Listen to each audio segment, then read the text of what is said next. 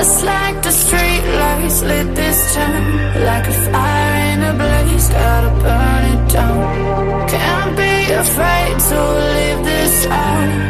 We got this far, don't know how. I see danger in your eyes. They know we'll burn down the night.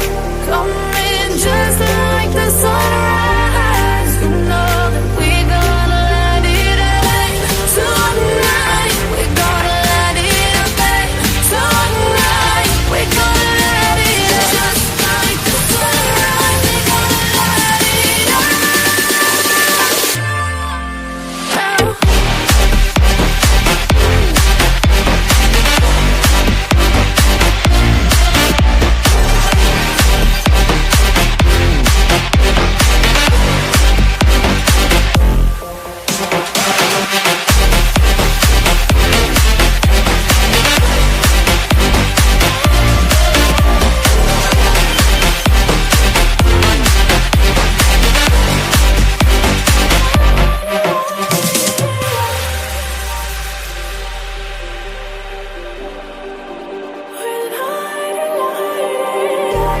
Just like a spark that's breaking out. Can't make a stop, can't turn back now. We know that there's no room for doubt. No, we can't turn back now. I see danger in your eyes. They know we'll burn down the night. Coming just like the sunrise. You know that we're gonna light it up tonight. We're gonna light it up tonight. We're gonna light it up just like the sunrise. We're gonna light it up.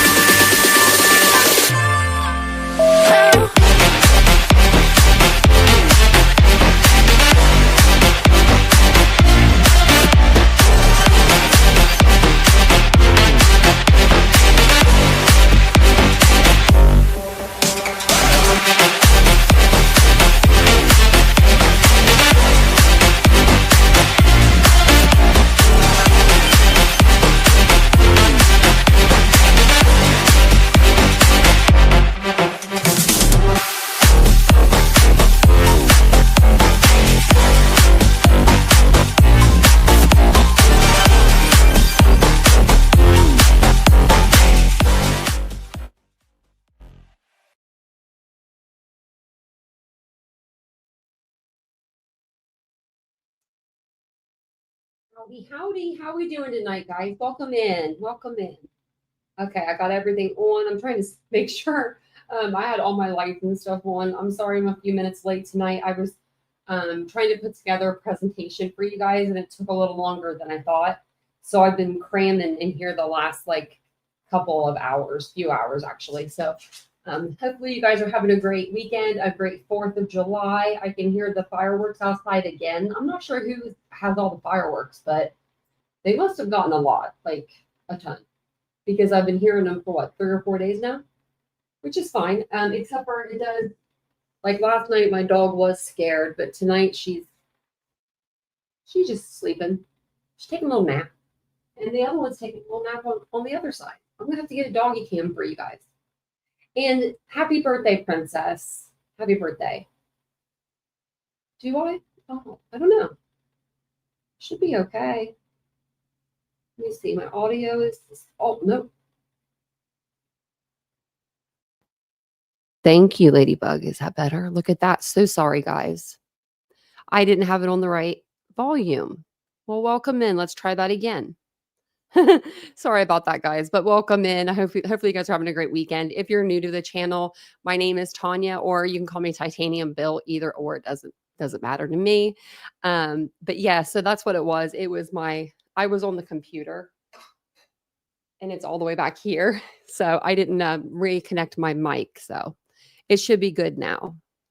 But happy birthday, Princess Elsa. Hopefully you had a great day today.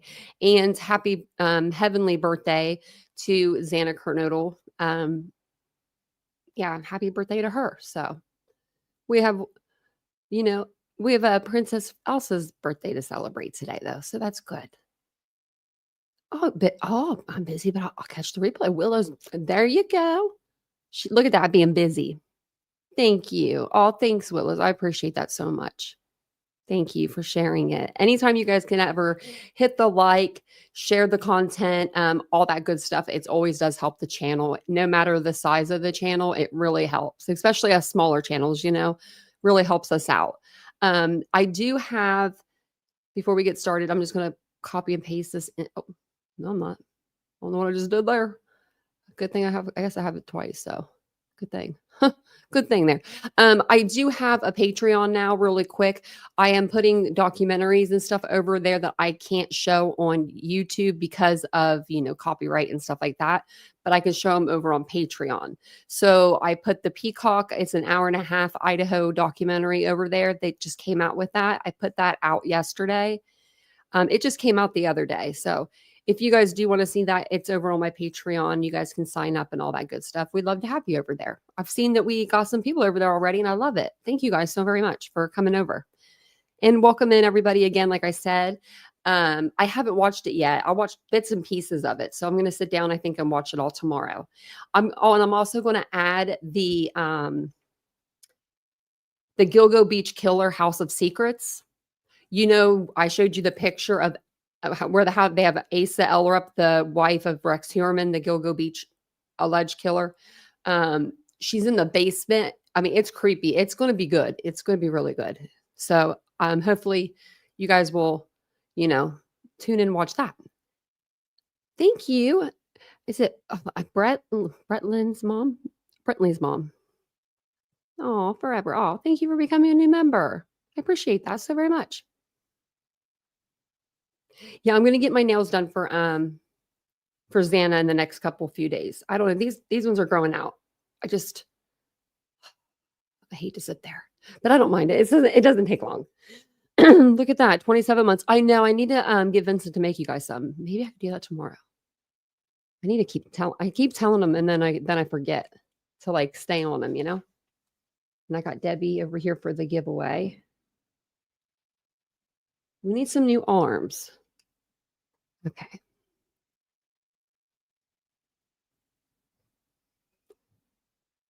Yeah. Yeah. Tell me if you, for sure, if you're going to be there. I know. Look at that. 27 months. That's amazing. That's a long time. That's a really long time. Wow. I can't believe you put up with me for that long. Keep Vincent out of the public eye. They're looking for him. So did you see that? Were you in the live, or I think you were in the members live when I told you guys that her comments and stuff got deleted? I don't know. I got a message from X saying that they deleted them because they were really bad. And I was like, wow, this doesn't happen. And then she blocked me. So they must have messaged her or something and said something I don't know. I don't know what they said. I don't know what they did, but I know that, yeah, she blocked me. I was like, you were coming at me. I was just trolling you back. It was just the lady from yesterday that was just saying that ICE was coming to get Vincent and all this and that. I'm like, he was born in California. I was so confused by her. And then she mentioned that I had one eye. She's like, you could do that with one eye. So today, you know what I did? I swam and I recorded it. So I might upload that to Twitter tomorrow. Just me swimming peacefully. Okay, so we'll get to tonight's live. I try to get to around the 8-9 minute mark. So that way, YouTube will want to put ads on the live. Because if you sound nice and stuff in the beginning, I hear that. That's what, I don't know. That's what I hear. Anyways, we, sometimes we say words that are, that YouTube doesn't like, but that's okay. Hey, Adam and E. It's good to see ya. Yeah, she changed her name right away. She really did, because I have people that really like me, and they have my back. And there was a couple of people who just happened to be in the live yesterday that happened to have my back. And and it was amazing. It was amazing. Okay, so I got this added on. I was going to tell you guys, I was going to give you guys the option. because Nancy Grace did come out with a new video. And I was like, oh, I didn't even know that. And she's probably even more fired up now. She's probably even more fired up. But I did want to tell you, I wanted to talk to you about this. I won't even bring it up. I won't bring up the article. I'm just going to read over it and tell you guys about it. But it's this fury over revelation that Bryan Kohberger killed more people than inmates on Idaho's death row. So the people that are on death row, we went through them before, and I don't know why I didn't know, think of that before, but I thought there was one guy that had 4, but apparently the people on death row haven't killed as many people as Bryan Kohberger has admitted to, and so people are upset about that, I guess. Yeah, it says, of the 9 inmates currently on Idaho's death row, the closest to Kohberger's kill count is Robin Rowe, a woman who killed her husband and 2 children. Oh, yeah, that's what it was, by setting their home on fire. So, yeah, it was 3 people. So, a few others were sentenced for killing 3 people, while the rest were convicted of murdering 1 or 2 individuals. So, that's not, that's not good. Did I say allegedly? I don't even know. Thanks, Dan. I know you guys do. I know you do. I know Ashley, she'd be driving somewhere if she needed to. She'd be like, where do I need to go? No, but it was, it's just it was just wow, she was just so uncalled for. Actually, hold on one second. I'm going to grab something off my little cart really quick before we get started. Okay. So what I'm going to pull up is I went back over Bill Thompson's little speech that he did the other day in court. And I went through the transcript and I put together pretty much everything that came out of his mouth. I put down on this presentation for you guys. I think I got through the whole thing. It was crazy. I was trying to hurry up and get through it for you guys. So let me pull it up. So just humor me. I worked really hard on it. Can we oh, there we go. We could put it like that. Okay. There we go. Monchichi, leave Vincent alone. Thank you for the super chat. I appreciate that so much. Thank you. Yeah, leave Vincent alone. He didn't do nothing.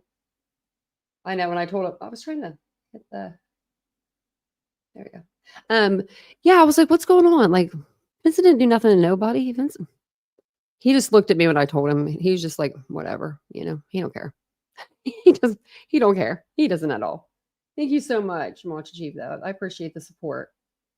Okay, so I put together this Bryan Kohberger, how did he get caught? It's just a presentation I put together. So Bill Thompson starts off, and I didn't hear him say anything about Bryan take a container or anything.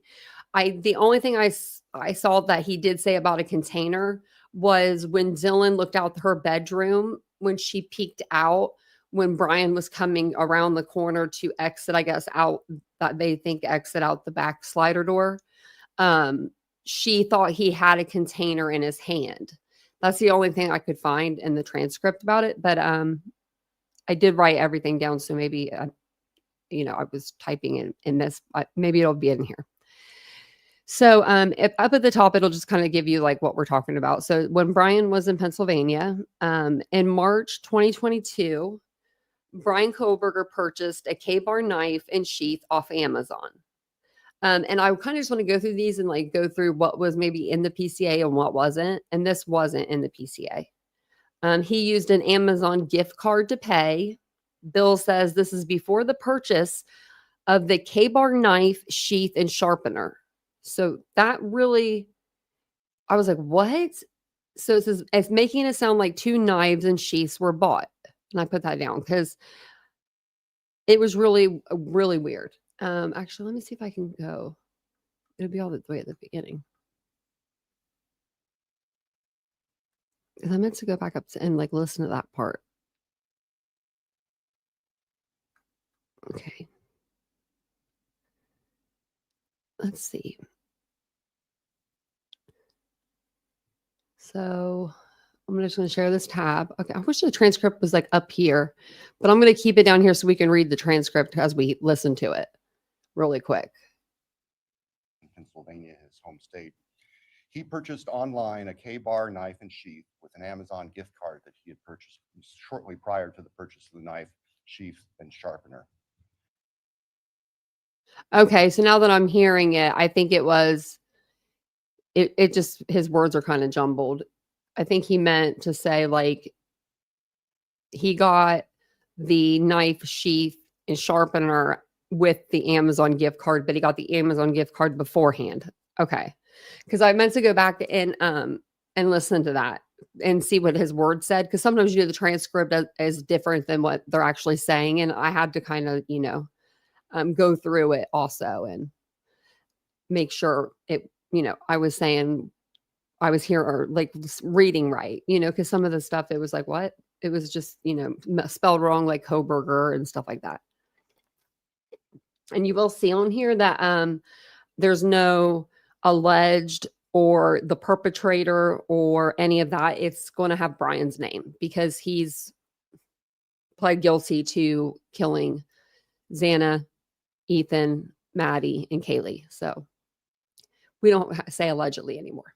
So before the murders, before July 9th, 2022, the defendant's phone began connecting to cell towers that services the King Road house. So, I mean, just he could have been anywhere in the area, pretty much. Beginning July 9th through November 7th, Bryan's phone connected to that particular tower. These were all between the hours of 10 p.m. and 4 a.m., and this happened approximately 23 times. I wonder when exactly he moved out there. Was it May? I'll look that up. So Bryan Kohberger pulled over by the victim's house on August 22nd. Bryan was pulled over on Moscow Pullman Road, which is located on the west side of Moscow. Now, I tried to look up Moscow Pullman Road, and I could not find it on Google Maps to save my life. I'm going to try it again because I wanted to see how far away from the house it was. Moscow Pullman Road. It just says Pullman Road. And if I put Moscow, Idaho, I mean, it's like 38 minutes from the house. If it's that, that's not, it can't be that one. I wouldn't think. Oh, wait, is that walking? Oh, son of a gun. I'm on walking, I think. Jeez. It's a 5-minute drive. Okay. That makes more sense. I looked it up earlier and I was like, this doesn't make any sense. Okay. So if it was Pullman Road in Moscow, it would be here. 5-minute drive. Okay. I wish they would have been a little clearer with everything, right? I mean, everything that he said, I mean, even the tears, that was not genuine to me. Like, none of this was genuine. It just was like very matter of fact.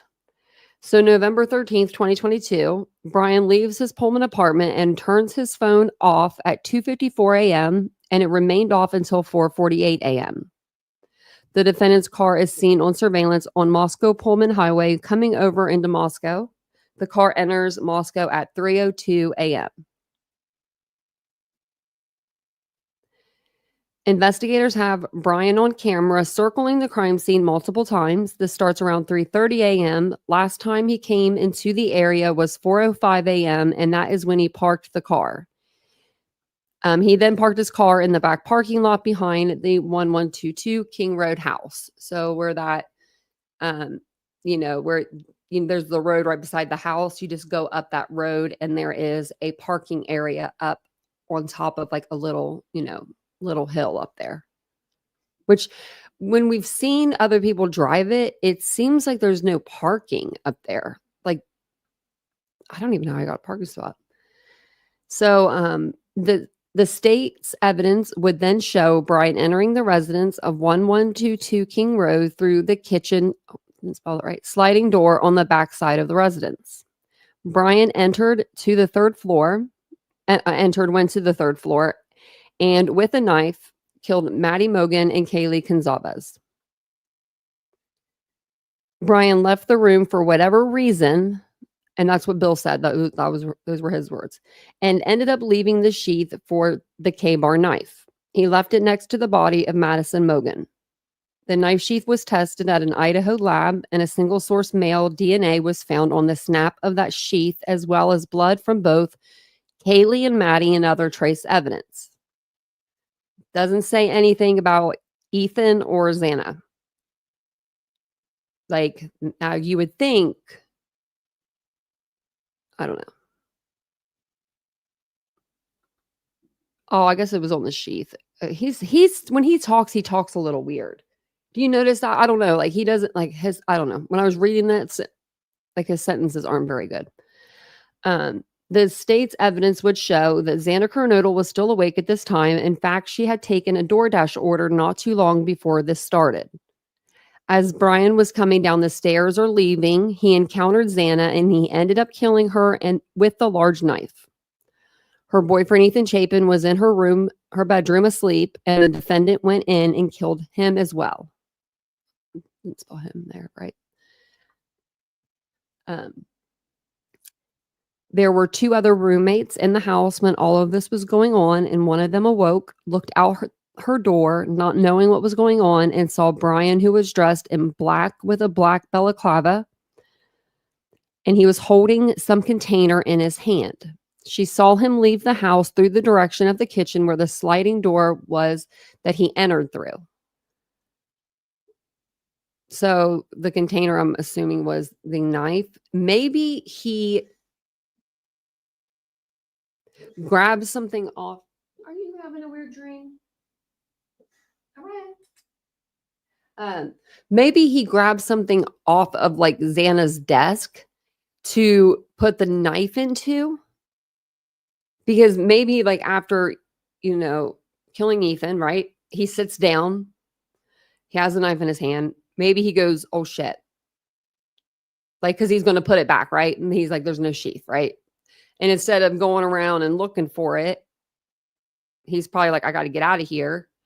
And maybe there was something like on Xana's, desk, like a Stanley even, or, just anything, like just like something like a container. And maybe he put the knife in there and just took the container with him. So when he did walk by Dylan, he had a container in his hand. So at 4:20 a.m., Bryan's car is seen on surveillance at 1112 King Road, which is right beside the crime scene, leaving the area at a high, I really spelled some words wrong, rate of speed to the point where the car almost loses control as it makes the corner at the end of the road. They know he didn't take the main roads home because the cameras would have picked him up. He went straight kind of there, but on the way home, he made that weird loop. At 4:48 a.m., Bryan's phone comes back on, and the evidence will show that the phone was south of Moscow, likely at a side road intersection on Highway 95.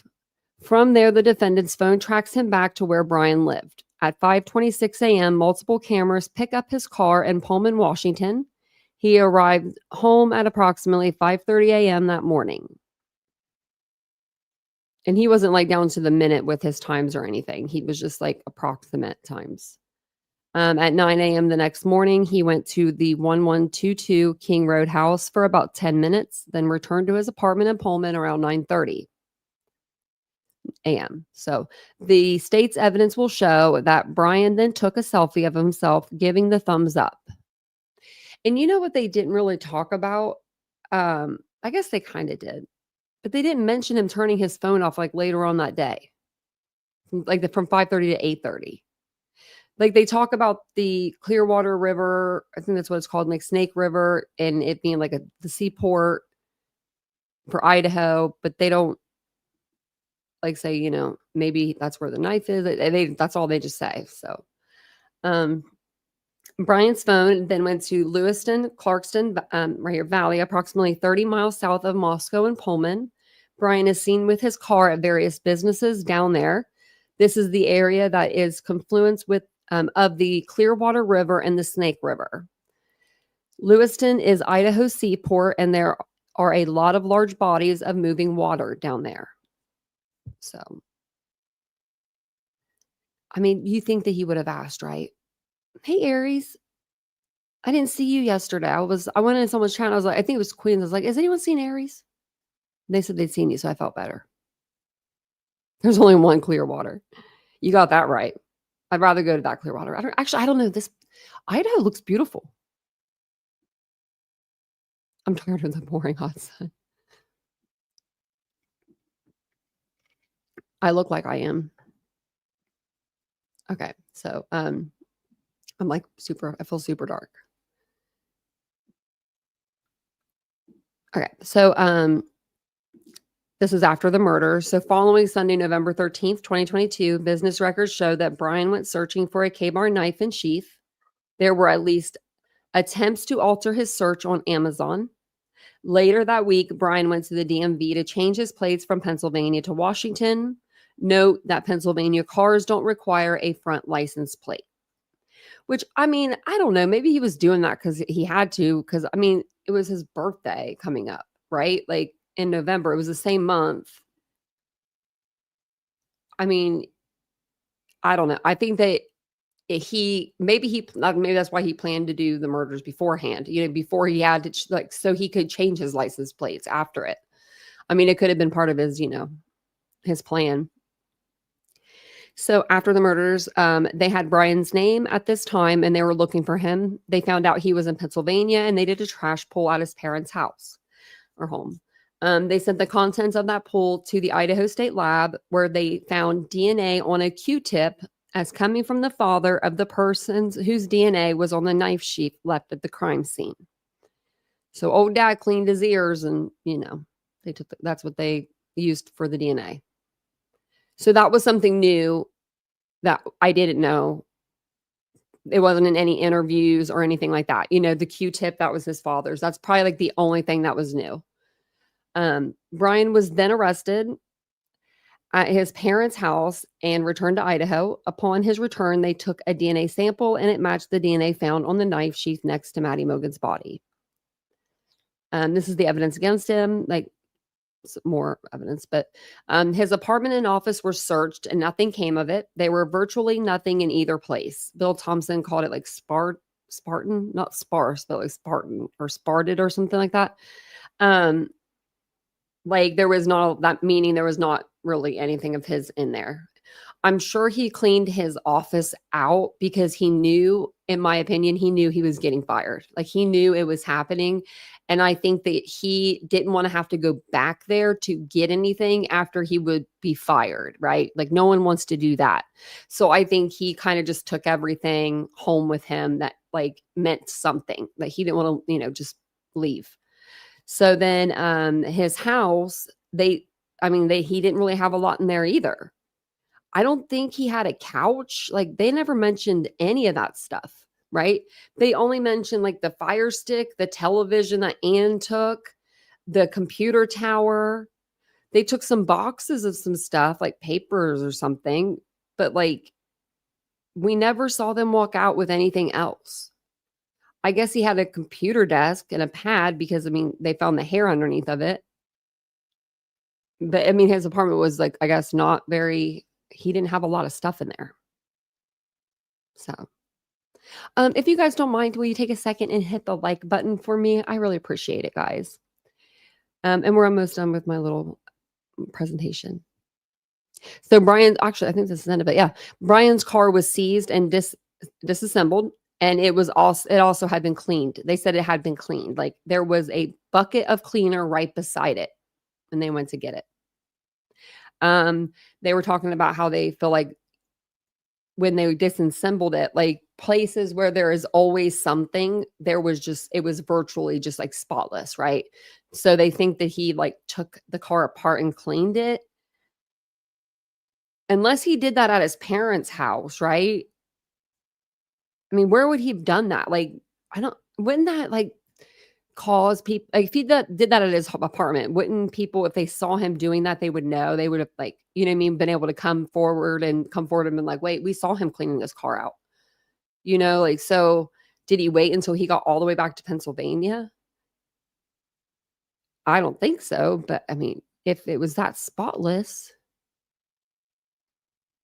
So I guess it wasn't Murphy's hair because they didn't say anything about that. We don't know whose IDs. We don't know about, the knives that he had, the gun. I mean, what was that about? Like, did he have them in his Pullman apartment? I can't even remember. I don't think he had. No, that was all at his parents' house. What was the knife? The number one, like the number one thing is just said knife. Like, what kind of knife was that? What did it look like? I want to see the evidence. What was the green leafy substance in the bag? Was it weed? We'll never know now. Right? I mean, was it? I don't know. Was it like old flowers that he picked for his mom when he was 3? Maybe. I don't know. My mom used to keep that kind of stuff in like little baggies. Really? They may know exactly who leaked it.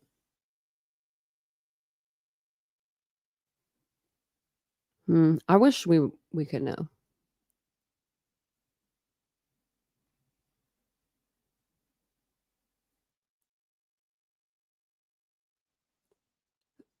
I'm just reading your guys' chats for a minute. Yeah, he cleared it all out before he went to Pennsylvania. I think so too. Yeah, I think so too. I mean, I think he knew he wasn't coming back, right? And we've learned that his father went out there like pretty freaking quick. Didn't even stay the night. He flew out to I think he landed in Spokane. And that's like 75 miles from Pullman. When he could have pulled, like, I guess went into the Pullman Moscow airport. I think that's what it's called. But yeah, that's not what he did. And he flew into Spokane, which is like 75 miles away. So Bryan drove there to get him and then drove back. And his dad didn't even spend the night. Like his dad they just got in the car pretty much and left. Like they probably rested for a minute and then just like left. That's just, to me, that's weird, right? That's super weird. Like who does that I mean, he's 28 years old at the time. I mean, I guess that's still like technically, I mean, I don't care. You're always your parents' baby. I don't care how old you are. You know what I mean? Like really. But I mean, I don't know, being that far away, that's just a lot. And then his parents don't have money like that, to be like paying for hotel rooms and flights and all of that, right? And what did he say? I mean, maybe he said something about like his TA stuff, right? Maybe he said, "Dad, I really need to talk to you," or really need you to come out here. And that, you know what I mean? Like, I really need you to come out here, Dad. It's very important. I could see something like that. And then him just saying like things aren't working out here. I could see him like making it to where it's not on him, right? Like he's not the problem. I don't know what story he came up with, what he concocted, but he did something, right? He did something, I feel like. Hey, Ozzy, I love your new picture. Pullman Airport is more expensive during the holidays. Okay. I didn't know that. But 75 miles is a lot to travel. I wonder how far. Let me see something. I'm not good with. Just don't make fun of me. I'm not good with directions. So I'm just going to act like I'm going to. So the dental school is 58 miles. I go there a lot. That's still like. Okay. I mean, And they took a 9-hour detour. Yeah. Because of the weather. Oh, that'd be worth it. $100.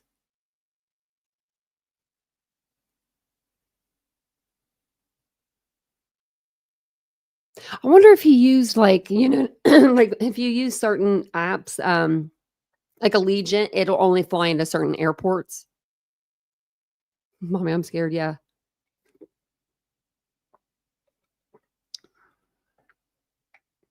Yeah, yeah, he did after the murder. Yeah, he called, like, I thought he called his dad, but people are saying, I think Howard Bloom's saying his mom. But either way, he probably talked to both of them. And I think he called like 3 times, I believe. I believe the first call was like 38 minutes. And then I can't remember the other ones, but I think he called a few different times that day, which is pretty crazy to me, you know? Um, so what we'll do is we'll listen to Nancy for a minute. We'll see how she's doing. See if she's doing okay. I watched this for, let me see, 43 seconds, and I was like, I have a feeling she's gonna be fired up. I didn't bring Nancy out though. I should have. That's what that lady said last night. She's like, "You and your Nancy cardboard cutout." And I was like, "Don't be making fun of her. Don't bring her into this. Don't bring Nancy into this." Was the first one an hour call? It might have been. I know one of them was like 30 some minutes, like 38 or 36 or something. Maybe not though.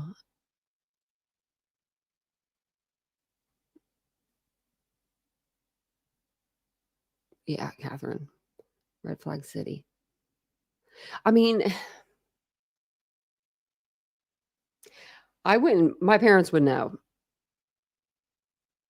I would never do anything like that. But if I did something, if I like messed up, or my parents always knew. Like, you know what I mean? Like, I would always tell them before, like, we always had the trust rule. If you tell us the truth, like, you won't get in trouble. And our parents stuck to that.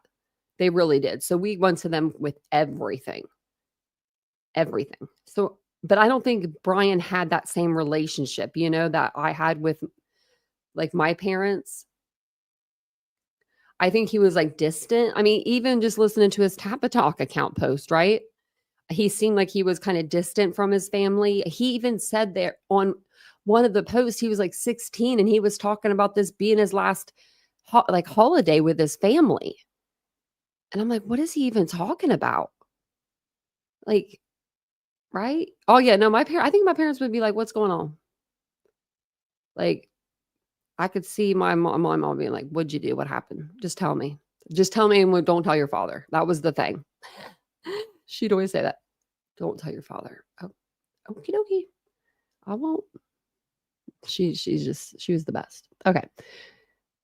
So, we watched Nancy, like, 2 nights ago, and she went over some stuff with Bryan, and then tonight, she's gonna go over the actual, plea deal and stuff. She was pretty peed off the other night too. Look at her 701K subscribers. Maybe I'll get out my cardboard cutout, but she's under the chair, and I'm afraid to mess with the dog. The dog's having, like, a nice dream right now. So if you guys don't mind, take a second, hit the like button, and I'm going to play this, and we'll pause it here and there, and I'll put the link in the description of my video. That way, if you guys want to watch it on your own, you can. And she's usually on Merit TV. She wasn't on there tonight. Breaking news tonight, the prosecutor strikes a deal with the devil, then breaks down and cries in court. He should be crying. Kohberger, Bryan Kohberger, kills 3, murders, savages 4 beautiful Idaho University students, virtually in their sleep, takes a plea deal to save his own skin. Why was that allowed? Good evening. I'm Nancy Grace. This is Crime Stories. I want to thank you for being with us.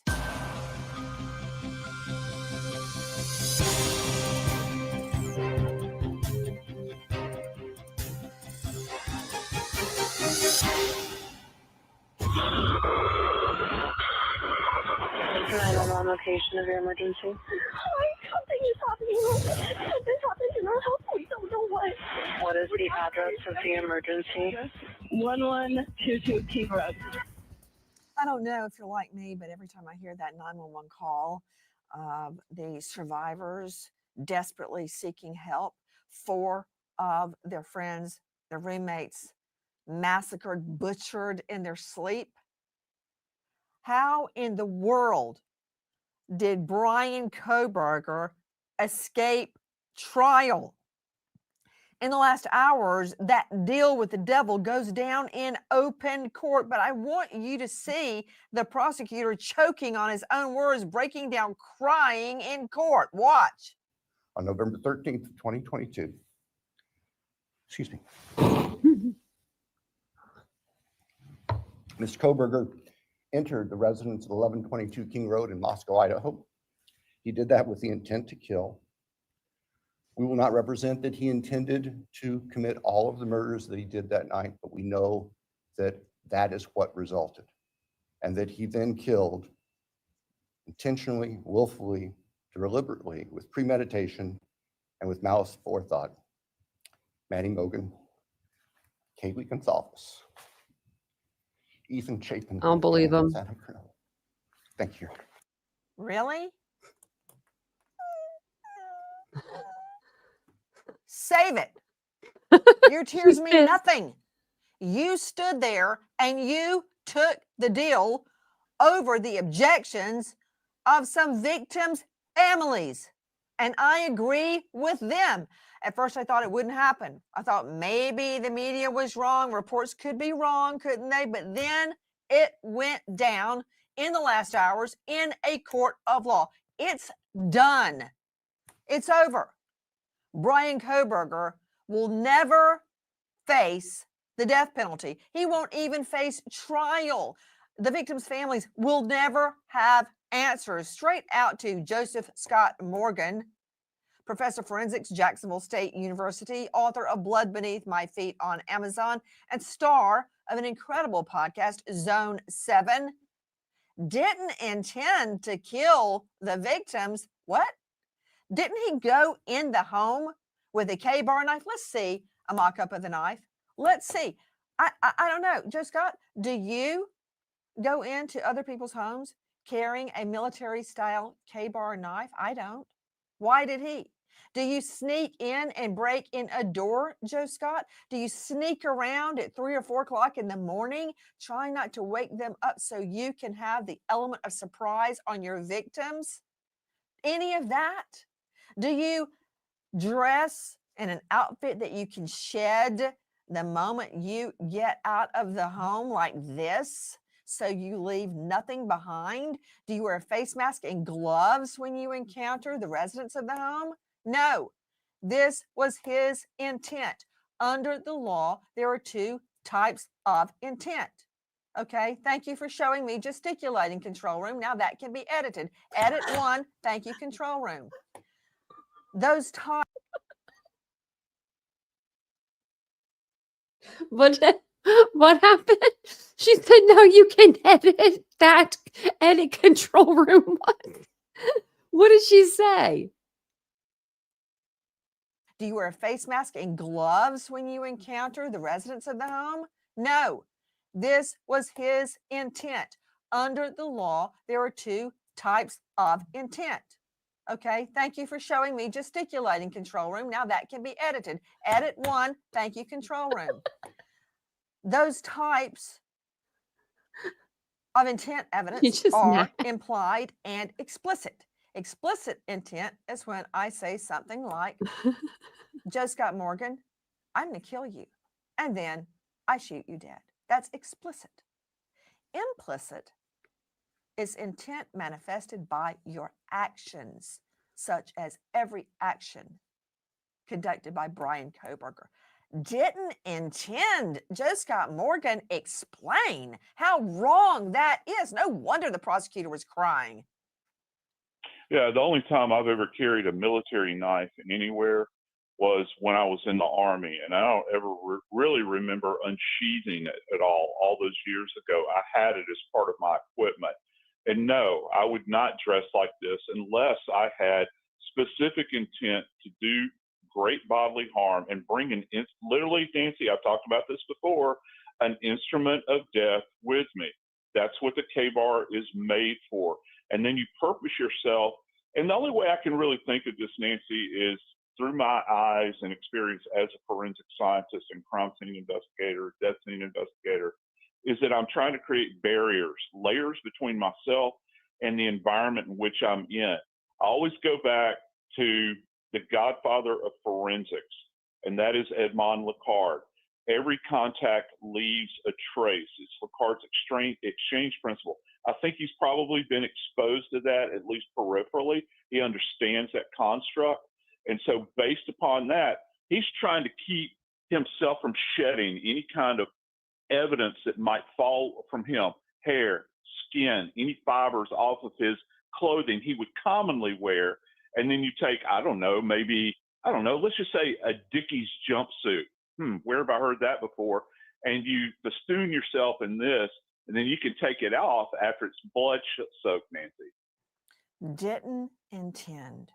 Then why did he go into the home? Hey, you know what? I just want to watch the prosecutor choking up again in court and crying as he choked down the words, accepting a guilty plea over the objections of some of the victims' families, who go on to call the prosecutor a gutless coward who saved a killer's life. Let's watch this again. On November 13th, 2022, excuse me, Mr. Kohberger entered the residence at 1122 King Road in Moscow, Idaho.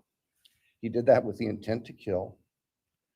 We will not represent that he intended to commit all of the murders that he did that night, but we know that that is what resulted, and that he then killed intentionally, willfully, deliberately, with premeditation, and with malice forethought, Manny Mogan, Kaylee Gonzalez, Ethan Chapin, and Santa Cruz. Thank you. Joining us now, investigative. The thing with me is he went through that whole thing, right?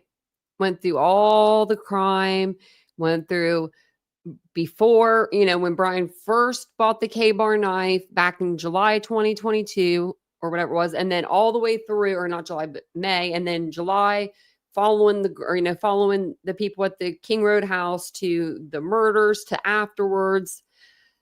And he didn't choke up at all when he was talking, right? Until he said their names. Now I understand maybe that he was like, oh my gosh, I'm saying their names, and that makes me choke up. But it just didn't seem genuine, right? To me, it did not seem genuine, like at all.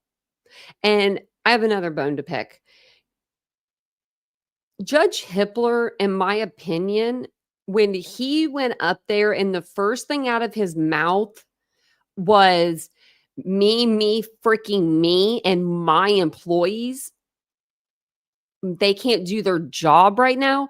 First off, they can do their job because you have the whole building locked down because it's a Bryan Kohberger hearing, so nobody else can have anything going on in the building when that's going on.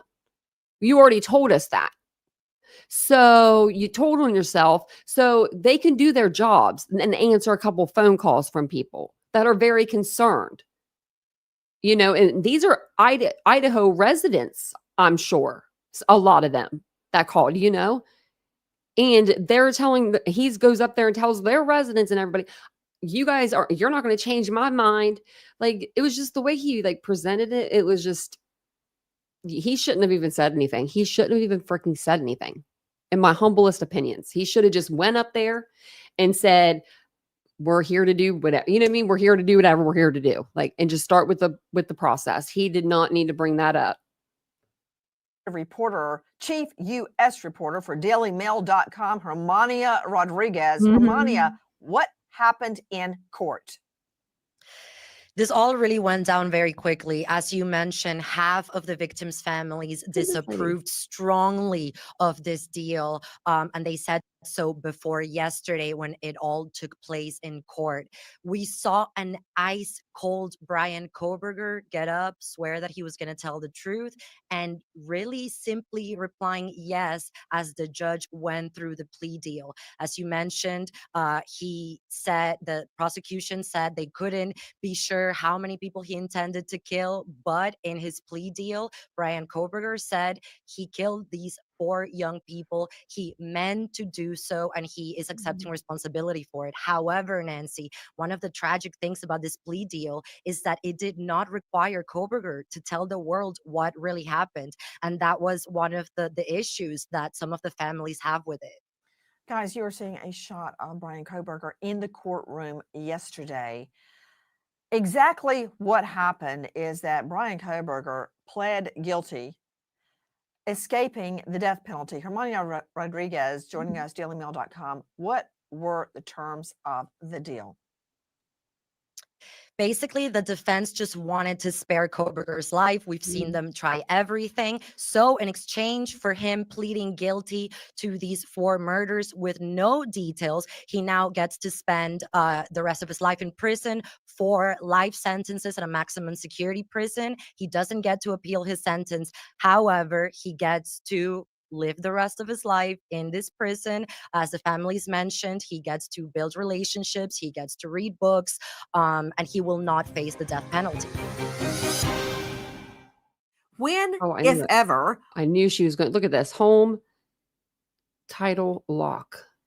Nancy, we're not doing this. Why are you doing this to us? Putting a commercial right there in the middle. Former homicide detective, intimately familiar with this case, has been to the scene multiple times. Over 300 homicides under his belt. You can find him now on The Interview Room on YouTube. Chris McDonough, really? What did that buy me? Nothing. Every case gets appealed. Every case. Every conviction, every felony conviction gets appealed. Done. Check. So to say, oh, we did it to avoid an appeal, that's, let me just say, legal term, crap.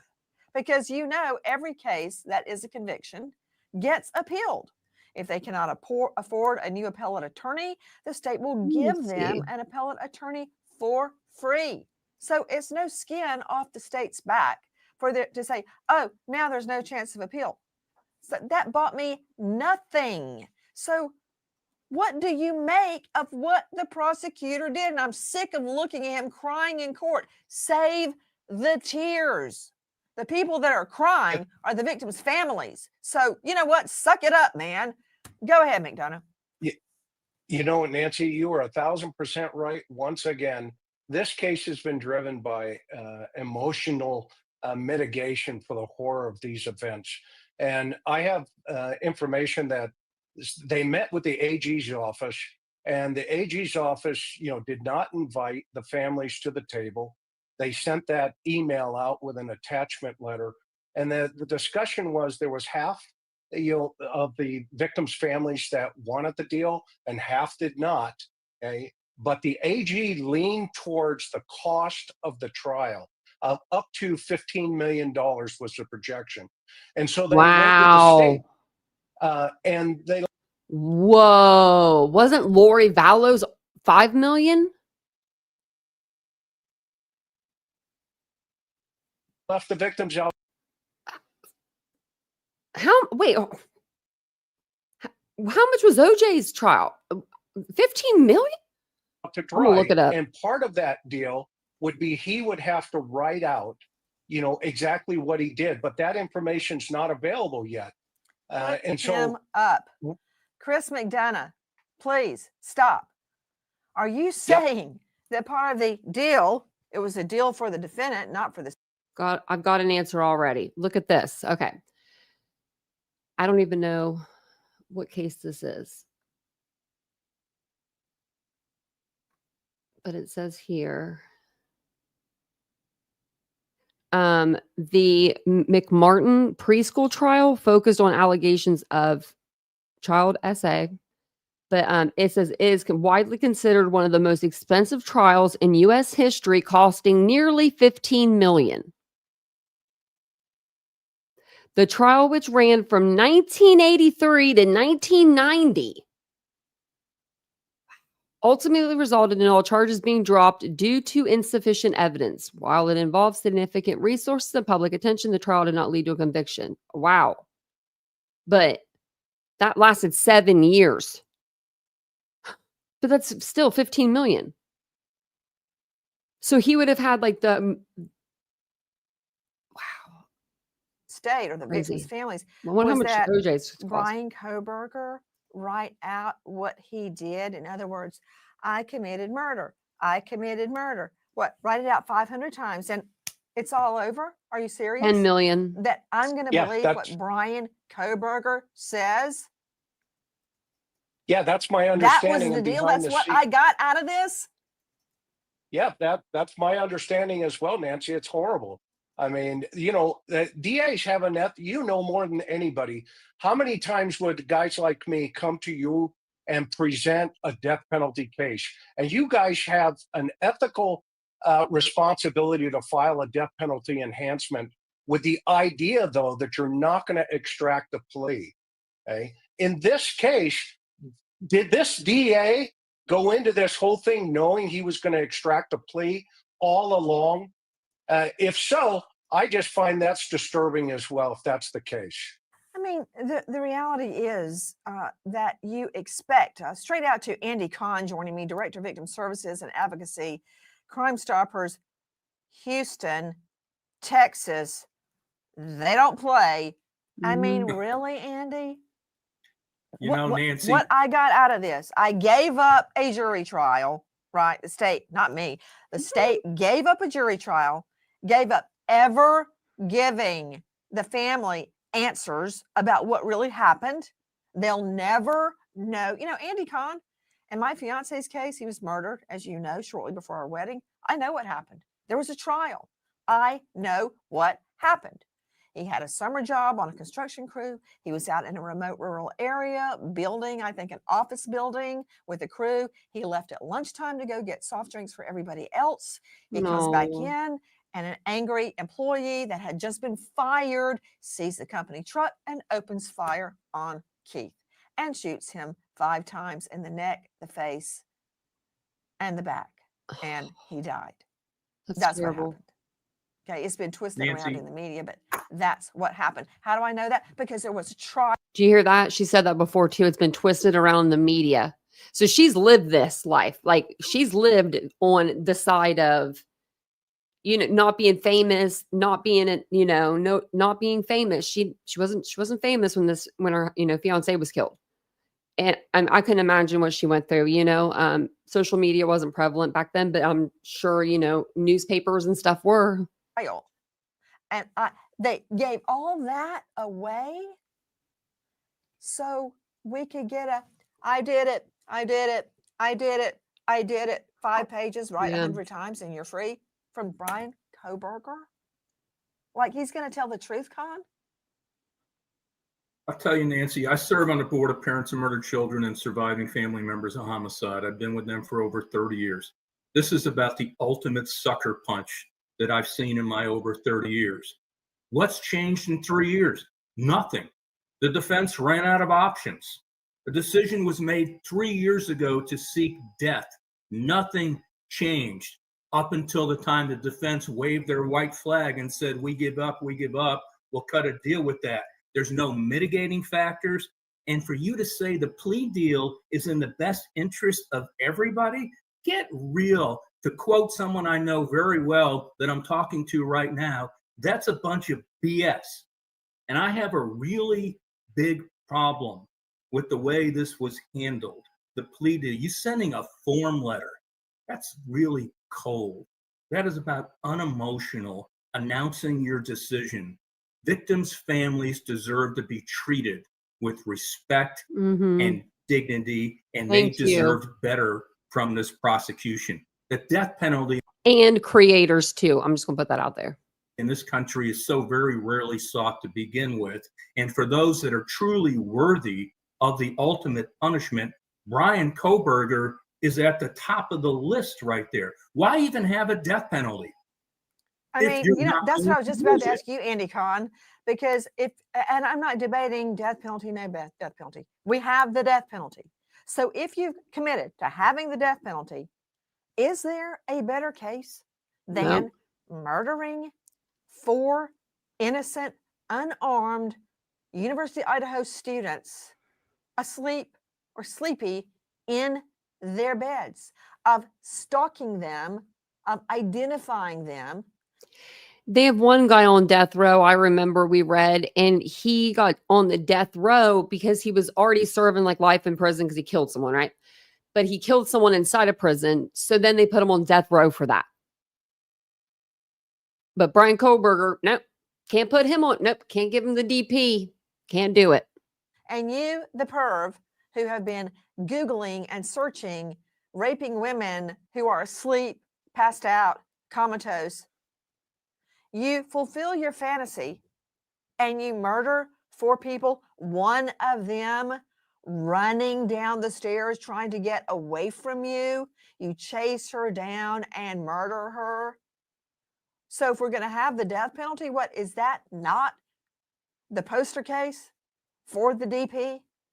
Why have the death penalty if you're not going to have it for Kohberger? Basically, the state of Idaho has basically abdicated the death penalty for any future cases if you're not going to do it for Bryan Kohberger. When you take 4 lives, especially in the manner that he did, this is the only possible outcome. The families now get 0 answers. They get nothing out of this. And basically, you're allowing him to call the shots. The evidence was so clear and convincing. He slaughtered 4 young college students. He deprived 1, 2, 3, 4 people of their lives. And you're not going to deprive them of him? Where's the equity in that? Please join us on our mission to, if you're our Did you, on November 13th, 2022, in Latah County, state of Idaho, kill and murder Madison Mogan, a human being? Yes. And did you do that willfully, unlawfully, deliberately, and with premeditation and malice of forethought? Yes. Okay, so the state does a deal with the devil being Bryan Kohberger in this scenario. And for what? To get Bryan Kohberger's version of what happened that night. There have been a lot of attacks online and call bombing the judge in this case. Alert. The judge cannot force the state to go forward with the death penalty. The judge cannot force the state to go forward on any prosecution. We thought he could. We thought he could make him go to trial. Now, Nancy, don't you lie to us. Don't you make me look this up. The judge can forward a lack of prosecution to the state's AG to review what's happening within the district attorney's office. But the judge can't make the state do anything. The state can't make the judge do anything. It's a balance of power. So Okay, Nancy. No, hold on. I'm going to do this right here. We're going to disagree here. It says, yes, a judge can reject a plea deal. And in that case, the defendant would typically proceed to trial. Judges have the authority to review plea agreements and ensure they are fair and just before accepting them. If a judge rejects a plea deal, it means the case will not be resolved through that agreement, and the defendant will have to go to trial to determine their guilt or innocence. So what's Nancy talking about? everybody call bombing and emailing the judge. So just follow this through. Let me bring in Philip Dubé, guys, our renowned attorney in the LA jurisdiction. Oh, there's my friend Philip. Dubé, under our law, the judge is immune from being forced by the state or the defense to really do anything. For instance, if the judge had rejected the plea and said, hey, I want the death penalty, to hey with this, the state could have actually just gotten another judge to take the plea. The state cannot force, the judge cannot force the state to seek the death penalty. Well, I see that, yeah. It doesn't work that way. Could you explain it, Philip Dubé? But they can force them to go to trial. And I think that's what some of the family members just wanted, like just some answers, you know? I don't know. It's Yes, bad. we have what's called the separation of powers, both at the state and the federal level. And what that means is we have three coordinate branches of government. We have the executive branch, which is basically the governor, the attorney general, and prosecutors. And of course, we have the legislative branch, which at the federal level is Congress. At the state level, we have the legislature. And certainly at the local level, you have your city council. Additionally, we have the judiciary, which is our courts. And to ensure that we have this fair balance of power, neither branch can encroach upon the powers of either. Otherwise, you get anarchy and you get an unjust system. And here, what you have is prosecutors within the executive branch alerting the judiciary that a settlement has been reached. Yes, the court can reject that settlement agreement, but the prosecution doesn't have to go forward with penalty. The prosecution can just go forward with the guilt phase, and if the jury would have come back guilty on all 4 homicides, then Bryan Kohberger would have got what we affectionately call LWOP, life without parole. So it was a lose-lose for the court, and sadly, it is a lose-lose for the victims' families. On the brighter side of things, though, the case is over. He will never get out. There will be no appeals. They will never, ever be able to decide whether or not the denial of the motion was accurate, whether or not the Atkins denial was accurate regarding his. You don't know that. You don't know any of that. Remember when Charles Manson, remember him? Psycho freaky killer? Remember that? Yes. The Manson murders? There's been a lot of movies about it. Yes. Charles Manson got the death penalty, didn't he? But didn't he get the death penalty? they end up giving him life though. Yes. That's a yes. Okay, he got sentenced to the death penalty, and what happened? Didn't they end the up law giving? changed. Then they end up. Yeah, the law changed. The law changed, right? And suddenly the death penalty was gone, and he came up over and over and over to be released on parole. Can you just agree to that much, Dubé? I know you don't want to fight with me, but isn't that much true? Yes. Okay, is true. straight to Andy Kahn joining us. I hear a gnat. What is that buzzing sound? Oh, it's Philip Dubé, Director of Victim Services and Advocacy for Crime Stoppers, Houston. Andy Kahn, remember that moment when all the laws were reversed? I wonder if they tell her like how wild to be. Like, you know what I mean? Like on a scale of 1 to 10, Nancy, we need you to be like an 8 tonight, you know? Like, because sometimes she'll be like, bring it back up on the screen. You know, I just think it's so funny. It entertains me. Charles Manson got life. The law was changed. Now, I understand what Dubé is saying, and I agree with him, believe it or not, to a certain extent. But we don't know what wild hair is going to get up the rear ends of the Idaho Assembly, do we? Or the federal government. We don't know what's going to happen. But I do know if Kohberger is put to death, that cannot be reversed. Who's to say, or who's not to say, that in 10 years, somebody would rule, I know it sounds crazy, that life behind bars is cruel and unusual. It's already been argued thousands of times that that's cruel and unusual punishment, life behind bars without parole. It's already been argued. Who's to say some crazy judge doesn't go along with it and he walks? No one is to say that. We've seen this time and time again. And I tell victims' families, look, here's reality. Life without parole today doesn't necessarily mean it's going to be life without parole 10, 20 years from now. And we've seen this repeated over and over again.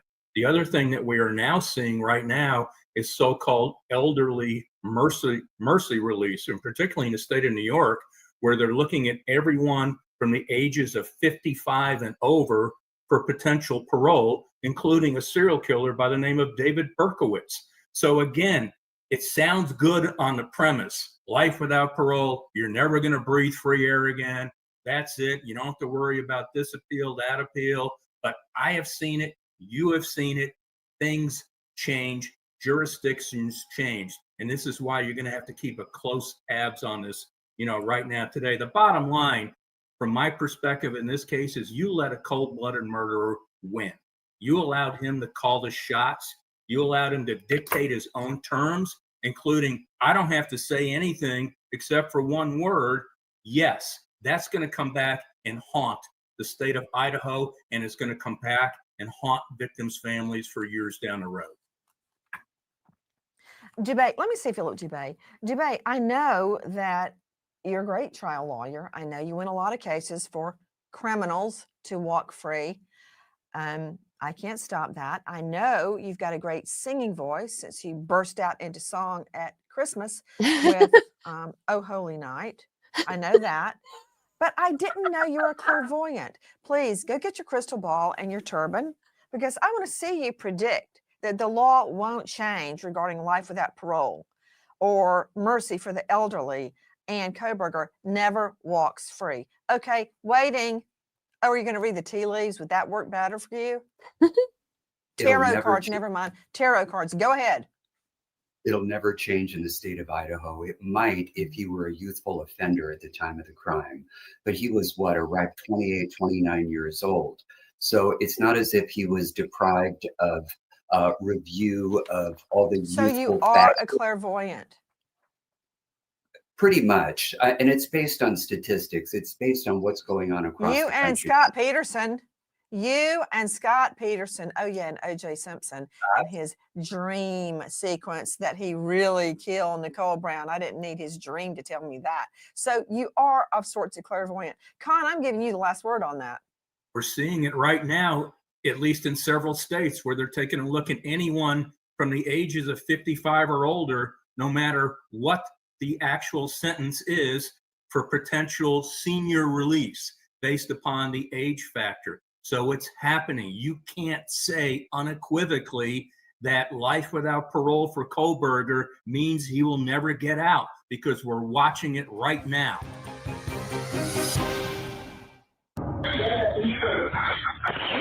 What's wrong? She's not waking up. What's wrong? Straight out to Hermania Rodriguez, the chief U.S. reporter for DailyMail.com. What happens now, Hermania? Well, we're going to have still a sentencing hearing where hopefully the victims' families will get a chance to tell Bryan Kohberger what these horrific crimes have done in their lives.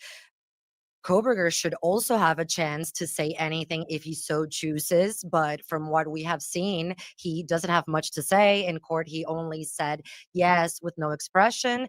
And then finally, he will be moved to a maximum security prison for worst of the worst. It's actually where a lot of, there's also a death row. It's where Chad Daybell, the cult leader or also serial killer, is held. And he will be there for his life, according to the plea deal. Though I know, as you said, there's a possibility that who knows in the future what could happen and he could be released. The only way he wouldn't be released is if he was put to death, okay? Because we know, Hermania, the law can change, because it has changed post-sentencing in murder cases. And the one I gave you was Charles Manson is just one example. That is someone coming from death row, though, and just getting life in prison, because the laws changed where in California, they no longer have the death penalty. It's a little different. In Bryan Kohberger's case, he has 4 life without parole, no possibility of parole, don't ask for parole, you ain't getting any parole. Even if you're a good boy, it doesn't matter in here. You're dying and you're living in a pine box. That's what that means. Now, could they say, we're going to go back to the 1970s and give people 15 years per murder? No, they're not going to do that. So I don't see why she's even saying that. But to special Making guest me joining nervous. us, in addition to Hermania Rodriguez, Dr. Siobhan Scott, psychotherapist. She is a best-selling author. Her newest release is did you lose your cat? Nightbird. She also wrote The Minds of Mass Killers, Understanding and Interrupting the Pathways to Violence. Good luck with that. And Game Addiction, The Experience and the Effects. Dr. Siobhan Scott, thank you for being with us. I asked Hermania Rodriguez from DailyMail.com what happens now. Really? And she was correct. But there's a lot more to that story. This is what happens. Bryan Kohberger will do a book deal. Yep. The Son of Sam laws were reversed by the U.S. Supreme Court. All right. But Idaho has a different law that's not son of Sam law, but it's like the son of Sam law where he can't make any money off of the books. I have to look up the law, but it's something like different than the son of Sam law. People think, oh, they can't profit. Well, in many jurisdictions, they can, unless the state has enacted its own state claim against it. Oh, look at He'll that. write a book. There will be. Nancy, I'm Googling stuff over here. Yes, Idaho has a son of Sam law, officially known as the Notoriety for Profit Statute. This law, found in Idaho Code 19-5301 and related sections, prevents criminals from profiting from the publicity of their crimes. Specifically, it applies to individuals convicted of a felony or found not guilty by reason of insanity for a felony. He's convicted of a felony. 5 of them. Be a made-for-TV movie. There will probably there will be. Lifetime will make the movie, and he'll get the book deal, but he won't be getting money for it. He'll be getting, like, I don't know, Dr. Ramsden. He'll be like, give me some stuff on my commissary. I don't know. be another movie about You can't do that his either. side Really. of the story, his memoirs. It will talk about his childhood, how isolated he felt, and so forth and so on. His visual snow. He's going to have pen pals behind bars. Not me. Women are going to try and have conjugal visits with him. I mean, look at Luigi Mangione, right? There is a group out there called the Kohbergers that support Bryan Kohberger. You have They will conjugal send him visits? money. He may even get married behind bars, like Jorn Vandersloot. He's had, I think, 2 children from behind bars. He has drugs. He has alcohol. He has women. He has parties. Sorry that I've got to be right. Okay. Can you have conjugal visits in Idaho prisons? No, conjugal visits are not permitted in Idaho prisons. Idaho does not have any programs that allow inmates to have private visits with their spouses or partners for the purpose of sexual relations. Idaho's focus is on family visitation, not conjugal visits. While few states do allow for conjugal visits, these are often referred to as family reunion programs and have strict eligibility requirements. Idaho, however, does not offer this type of program. Sorry, Kohberg. That is what is going to happen. I love now. me some Nancy, And but I always predict got this, to be Dr. right. Scott, that I always one gotta look day it up. there will be a big symposium, a conference of criminal procedure students, much like you teach, Joe Scott Morgan. And the guest of honor will be zoomed in from the penitentiary. And that renowned guest will be Oh my God. Bryan Kohberger. Have they ever let a killer zoom in on a... I feel like that's a movie. What movie is that? There is a movie out there. I don't forget what it's an older movie. Where he I'm will going to think develop about even it. more groupies. That's what's going to happen. Yeah, a perverse celebrity. Bring your And when guest. we look at it from the point of view that you just laid out for us, he has a far richer life than he ever had free, which is very twisted. But I think you're right. He's now in the ranks of Bundy, one of his idols. And No, it's I still don't think sickening. It's that. absolutely sickening and disturbing. And No. I Oh, can only sorry. imagine. I didn't mean to hit my mic. No. No. Because Bundy used to go out and get girls at the beach and stuff like that. He did unalive the girls in the sorority house when they were sleeping. I know that. But he had plenty of other victims, right? And he would go get girls at like the beach and stuff of that nature and like coax them to his car. He would drop his little crutches. That guy, right? He was like a serial killer, right? Bryan Kohberger is a coward, in my opinion. He's just a coward. He's a coward. He had to go in the cover of night, into a home when they were sleeping. He had to wait till they were asleep. All the lights were out in the house before he pulled in that back parking lot. So I don't like comparing him to Ted Bundy or, any serial killer, really, because I feel like Kohberger just went in there and he like a coward. how the families feel. They were Because defenseless. they were given no sense of control over any of this, which I think is really important for their Like, they're healing, giving to Bryan have more a sense credit. of control here. Why do you say that? I'm very curious because I distinctly remember, I don't know that the prosecutor does, but I remember, and Keith's family remembers, before my fiance's murder trial ever happened, the prosecutor came and spoke to us about what he thought was the best course of action and how we felt about it and what was our input. I was so out of it, I just, hardly even remember all the words that were said, but I remember the gist of the conversation. I remember what went down. I remember what Keith's parents said. And they did have that control to an extent. I mean, the family doesn't get to call the witnesses or put up the evidence, but they can steer the ship. Yeah. Right. If they want to. How does control help anything? I think the act of having your loved ones murdered is, I mean, we are also protective of our kids, right? It's just, we want to have some benign, benevolent control over the way their lives go. We want to protect them. And to have your kids murdered in this kind of way, that psychological need is just ripped away from you.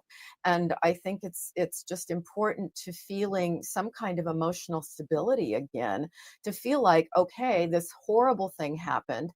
I'm completely devastated. This has changed my identity forever, changed the trajectory of my life. But at least I get this little bit of power over this search for justice, this attempt to get some kind of justice here. And I think it's a psychological need that most people have. Andy Kahn, Director of Victim Services in Houston through Crime Stoppers. Andy, what's happened here, if it can even be imagined, is after losing their child, to whom they poured in all their love, all their money, all their time, their hopes, their dreams. Yeah, I mean, I've got a life, but come on, Andy, you know about my twins. They're my life now. They are my life. No pressure, twins. But to have that ripped away, number one, then to have it ripped away the way that they were murdered, that they were murdered at all, but then the way that they were murdered, then the way the victims have been dragged through the mud as being partiers and whores and sluts and blah, blah, blah. They were out too late. They were drinking. Oh no, that whole thing happened. And now this. Yeah. Behind their backs. You heard Gonsalves, he wasn't consulted. What an emotion. I wonder what the actual roommate victims, like Bethany and Dylan, I wonder what they thought about this. Like, I wonder, I mean,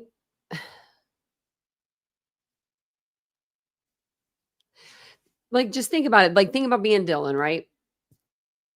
Like, Bethany's been thrown under the bus a lot too, but Dylan has taken so much shit. So much, right? So much. And then, especially like before they released the 911 call and everything. And what if over the last 2.5 years, she's just built her strength up, right? Through like counseling and therapy and all of that. And she wanted to, go on the stand and testify. Like, that just kind of sucks, I mean, she can do a victim's impact statement, and I hope she does, but it's just kind of,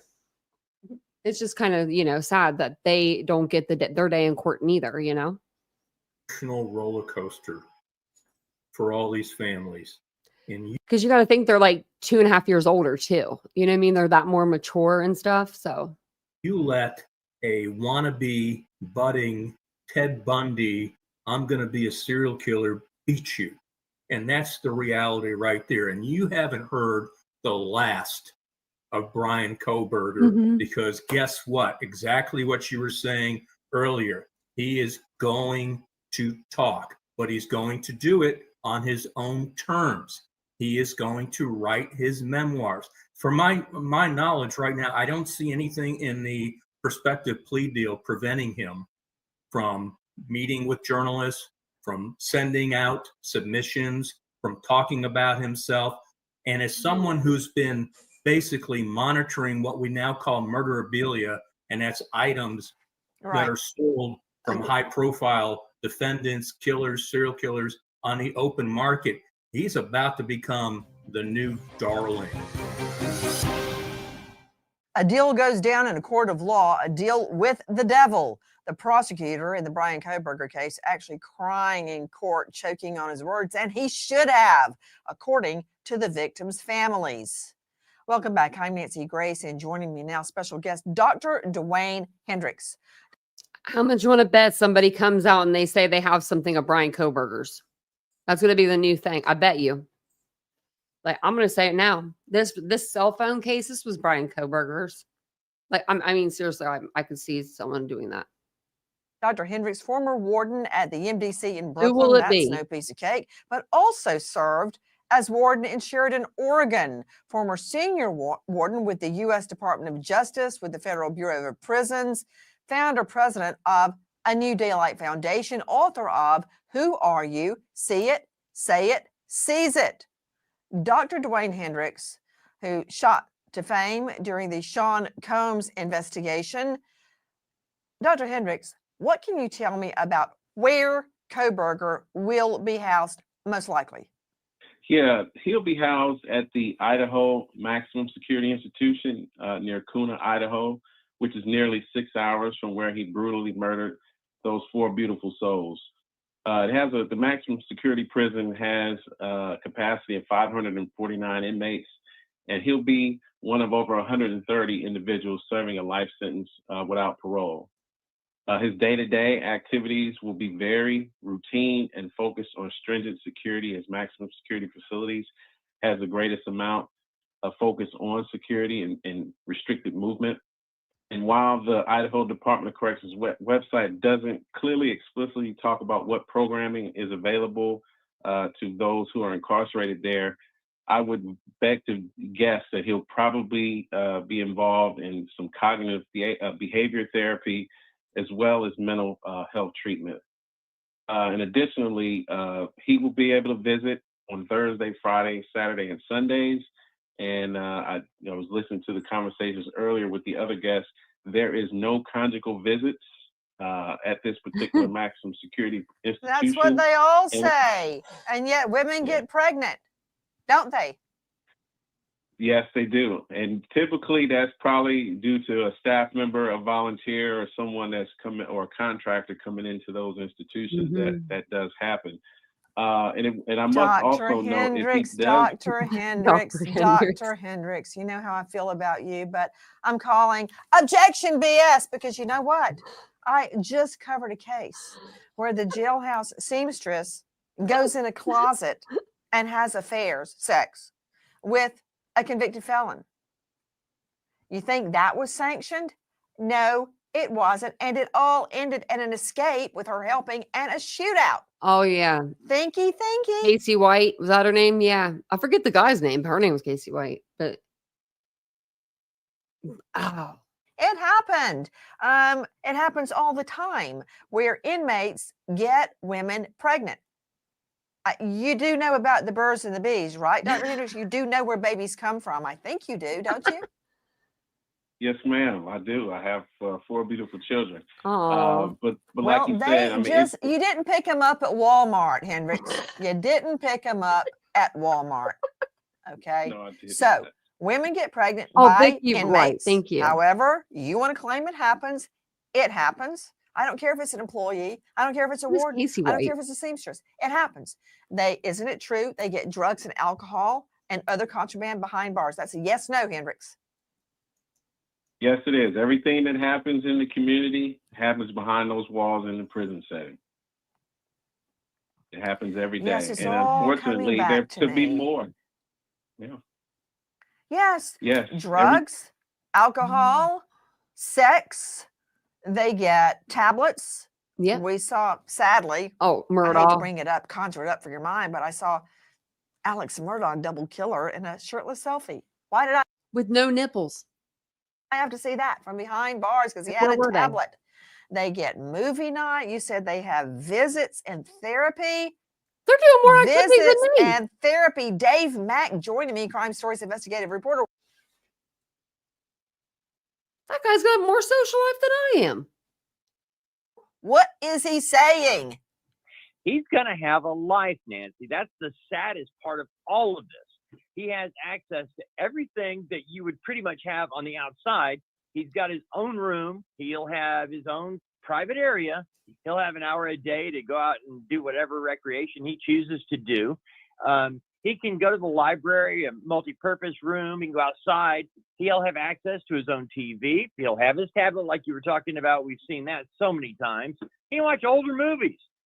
His vegan diet, Nancy, that's something that hasn't been talked about lately. Well, it will be totally accommodated. Hold on. You're making me choke again. Wait a minute. Wait. Dr. Dwayne Hendricks, did you not hear what Dave Mack just said? Vegan diet. You do know that they're going to give him special meals, right, Hendricks?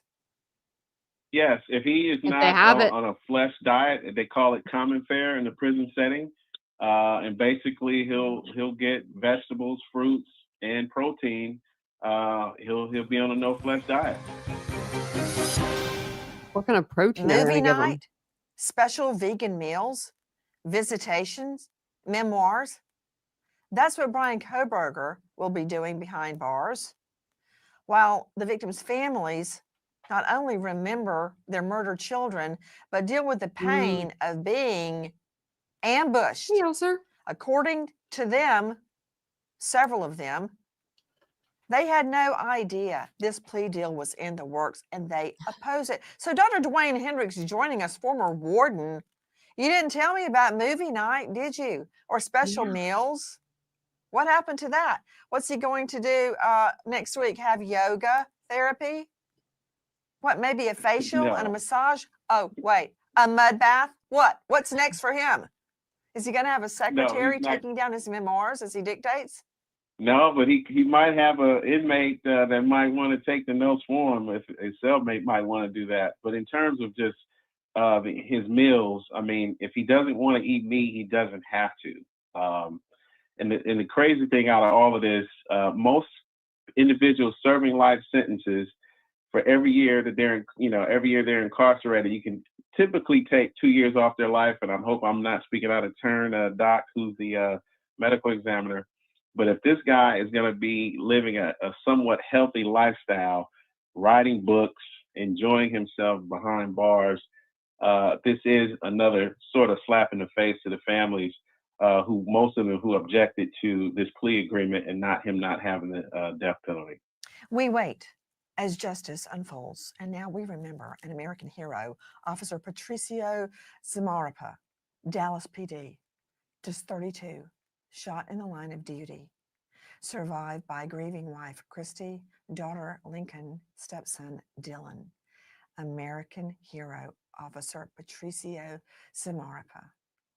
Thank you to our guests, but especially to you for being with us tonight and every night. Nancy Grace signing off. I'll see you tomorrow night. And until then, good night, friend. Good night, she said. Okay. Hold on 1 second.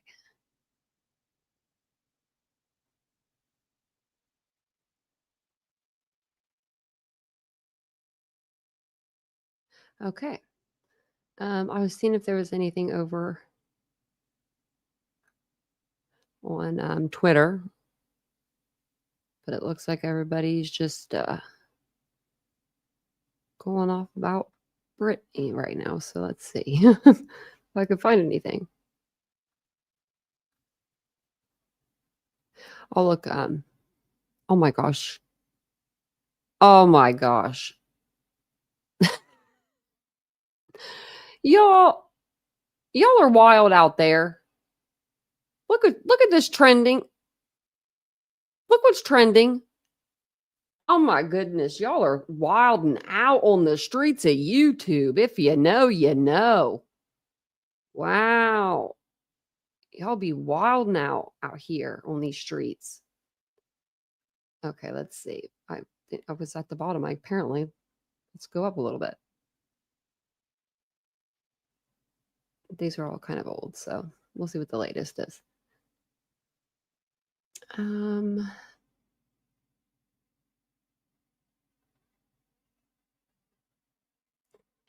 Okay, I don't know what they're talking about.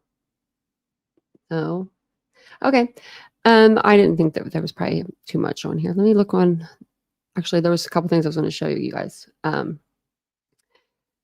So Bryan Kohberger's prosecutor, the prosecutor Bill Thompson, had another controversial plea deal with death penalty case. I was reading through this, and it says that like 29 years ago, pretty much to the day, Bill Thompson had nearly like kind of in a similar case. It involved murders and the death penalty. And it was in July of 1996. He has been the prosecutor for too long. Like, I mean, do people not retire? That just seems like a long time. I mean, maybe it's not that long, but it seems like a long time. 1996, Latah County prosecutor Bill Thompson struck a deal to spare the life of a man who admitted to killing 2 people. The parallels here are eerie because in that case, 2 Chinese nationals were stabbed to death in their Moscow, Idaho apartment, and a former University of Idaho student copped to the murders. The killer, Wenaki Lee, I don't know. We'll see. Wen K. Lee was charged with first-degree murder and capital punishment was on the table if he was found guilty, but he struck a deal with Thompson where the death penalty was taken off the table and he pled guilty to second-degree murder. The families of the slain victims in that case were furious, and they ripped Thompson in a letter to the judge saying they were extremely upset and dissatisfied with the plea bargain, which they said betrayed the truth. In Kohberger's case, he was charged with first-degree murder in the brutal stabbing deaths we know of Ethan, Xana, Maddie, and Kaylee. It says prosecutors were seeking the death penalty, but they made a deal with Kohberger where he pled guilty in exchange for prosecutors removing capital punishment from the equation, and the families of 2 of the victims are up in arms. So Thompson is the common denominator here, and it kind of makes you wonder, is the DA modus operandi taking the death penalty off the table and plea bargaining to avoid a trial? He said as much back in 1996, saying that the plea deal secured a conviction without the risk of expense of a trial. Wow, and that's what he's saying today. I'm sorry, but if the trial is too expensive for you to hold, then send it somewhere else. Or bite the cost. Sorry. Get Washington to pay half. I don't know. Because he's from Washington. Get PA to chip in. I don't know. But I mean, you cannot seriously be doing this kind of stuff to people. I'm just going to take a plea. I'm going to give him a plea deal, last minute, 11th hour. Yep. Also, and and I was all about the house coming down and stuff. I was just like, it should come down. Like, it's just, it's a health hazard and all that and this and that. But when Christy Gonzalez said, she was pouring her coffee and they told her a certain time and she was getting ready to sit down and watch it. She was just trying to mentally, get herself there. When she turned the TV on, they were already halfway done with the house. They were bulldozing through Kaylee's room. Because they did start 15 minutes early that day. And I think they did that because they were trying to get people to not see it, or I guess, I don't know. I don't know. It was just really weird. Yeah. Me too, Debbie. At least something if it was, and Bill Thompson, okay. If I were the prosecutor, right? If that was me, I would never be able to do this without talking to the families about it and not just scooching over, just skimming over it. Bryan might try to take a plea, but and then just keep going. I would have brought all the family members in. I would have called them all and been like, we need you guys to come in. It's important. We need to sit down and have a conversation with you. And I would have sat down with all the family members and I would have said, this is the evidence we have. BK approached us about wanting a deal. We have the DNA. We have the surveillance. We have the cell phone towers, but that just puts them in the general area. We have him being pulled over in August. Like, I mean, but this is what we've got, right? Not a lot. And Bill could have explained, that if we take a plea deal, this is, secure, like you never have to come back into court for an appeal, or you never have to deal with him again, right? Like they could have put that into words that were like, I think the family members could have still been upset about that situation, but I don't think they would have been upset to the degree that they were, because you would have sat down and like talked to them and told them about like the evidence and what what you think, if you think you had enough, or whatever. I mean, you could have been like, hey, I think we have enough to take him to trial. I don't think we have enough for the death penalty, or whatever have you. But he didn't even consult the families. They emailed. I don't check my emails that often. Right? Like, okay, I do more often so now, but if somebody sent me an email, I mean, did you send it to the right email? I have an email I've had since I was 15 years old. I still use that thing. I love it. I use it for everything. And like, I have like a 1.5 million messages in there probably. Me too, Petunia. I did put in for I did do a FOIA a few days ago, like the day that he got sentenced, or not sentenced, I'm sorry, but the plea deal went through. And I put in a FOIA for everything, body cam footage, anything. I said, anything you got pertaining to this case. I think I put down jail calls. I really want to get the jail calls if we can, which we should be able to.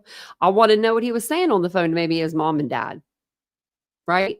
Maybe he talked to his sister, and his sister said, hey, I'm the one that turned you in. I don't know. But the sentencing is July 23rd at 9 a.m. So it'll be 11 a.m. Eastern Standard Time. So over here, it'll be 11. They're going to be doing the sentencing and the victim's impact statements the same day. The Gonzalez family said as of the other day that they weren't going to do a victim's impact statement. I really hope they change their mind on that. I think that they may. I don't know, though, for sure. I don't know. Trying to see.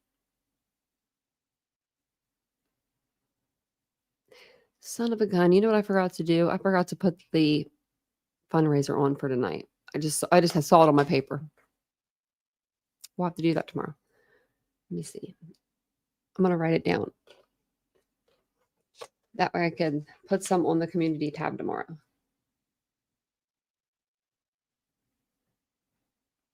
And even if we don't cover like Idaho 4, we may just still like stick it onto our live, because I wanted to do a live over the whole thing. Hey, Peaky. The whole thing about Barrymore Few and him going to court. But I wanted to do like a deep dive into the whole case that way, because I don't think a lot of people know about the whole case. And I could even use some refreshers, and we could go through like the timeline and all that stuff. And then what else? There's a few other cases that are going towards trial that we were covering. I'll have to put it up on the community tab and see which cases you guys prefer. Which ones you're like looking at. I am going to put on the Patreon the Peacock for the Long Island serial killer. It's called the Gilgo Beach Killer House of Secrets. It's on season 1 right now, and it has 3 episodes so far. And they're all like an hour long. So I'm going to put them over there. And I'll put the link for the Patreon in the chat if I can get it over here. I don't know why this one is so like long. This like link is like a day and a half long. Yes, I know. I want to talk about Crystal Rogers' case too. Maybe we talk about that tomorrow. I need to be caught up. I might have to call you. I need to get caught up. The Pike murders, Ladybug. Lily and Jack, you've been watching them. I never got into that one. I think I didn't cover that case just for the fact that like we had just finished a few months ago covering like Sebastian's case, and it was just like I think it was like another missing child. I physically like couldn't handle it. after everything happened with Sebastian, which I was wondering the last time we covered Sebastian. I think it's been since February.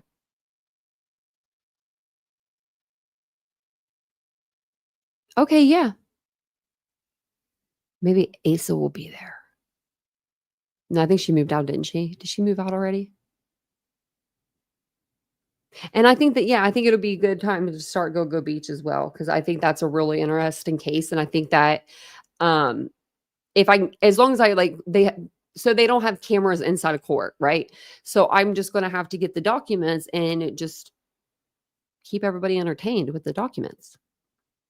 But we do have other cases for sure. And of course, we could always, revisit Madalena's case. I will revisit her case sometime soon within the next, I'd say few weeks. I even thought about covering Chelsea Grimm's case and then doing it with Daniel Robinson's case because they're both missing in Arizona. So yeah. I wonder when, let me see.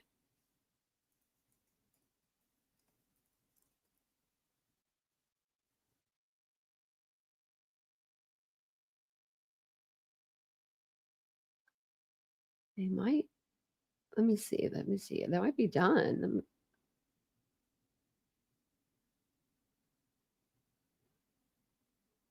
Yeah, hold on. George Wagner got sentenced and he was the last one. I'm pretty sure.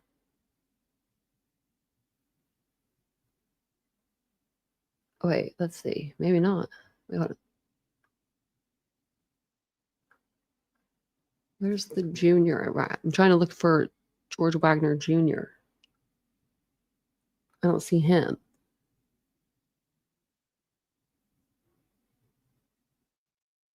Because this is George Wagner, the 4th.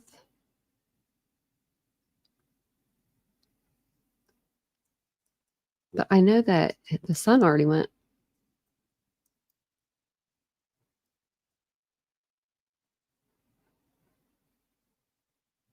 Oh, okay. So he is the son. Okay, so then that's the son.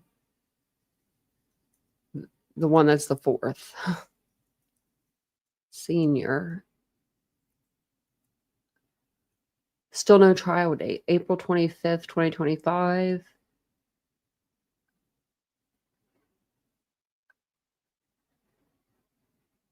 April 25th, he had a hearing. So it looks like just the last one?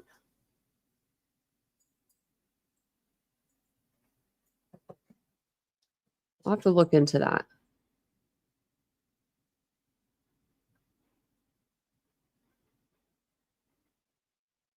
Yeah, that's weird. This is right here. Wagner's trial date is set for May 26, 2024. And I think that's his son. I hate that they have the same name. I'll have to look into it.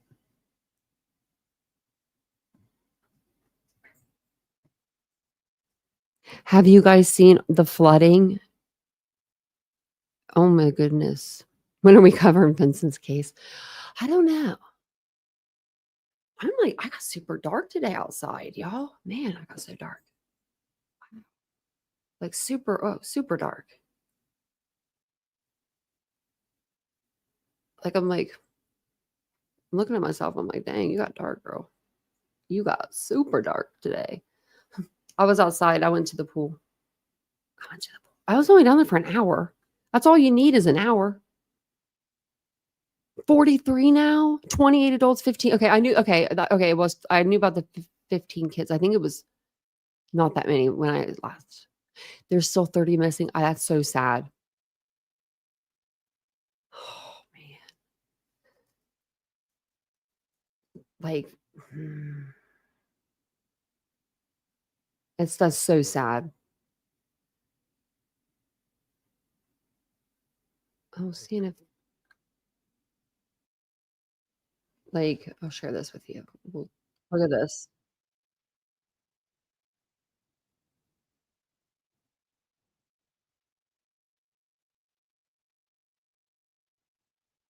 Wow.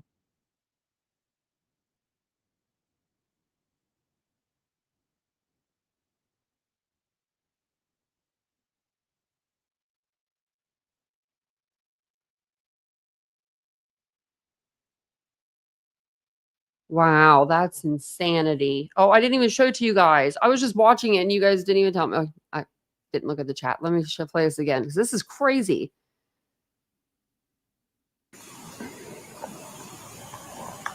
I forgot it was down here.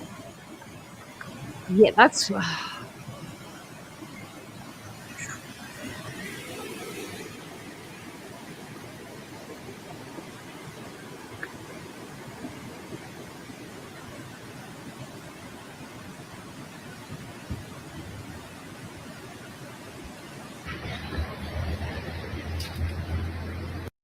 I know they said it started in the middle of the night, right? Between like 2 and 4 a.m. or something. Like what they said when people were sleeping.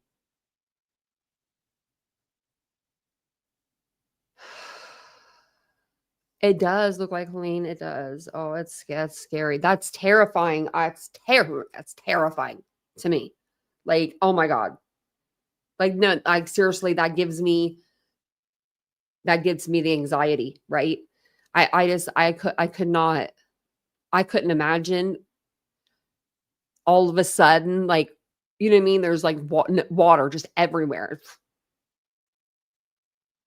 Like, oh my God, no. I've been through a tornado before. We had 8 touchdown here. I slept through that. The good Lord above was like, you're just gonna sleep through this, because if not, you will have a heart attack. So apparently I slept through it. And it was really bad. I mean, it was really bad. When we walked outside the next day, like, yeah, there was like the trees were gone, the buildings were gone, the apartment in front of us like was gone. We just happened to be just in the right spot to not have any damage. We got really lucky. But I mean, flooding like that scares me. I'm not water like that scares me. Like that stuff gives me the willies. Man. It really does. It gets me going. Let's see if I go back to just X, if there's anything about it.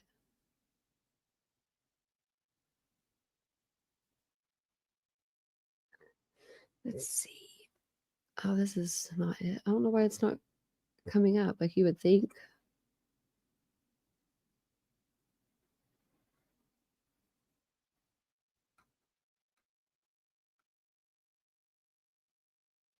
Huh. It says Texas authorities not even sharing how many people are actually missing. Kids swept away in water yet. Not one chopper in the sky currently in the area looking. That sucks.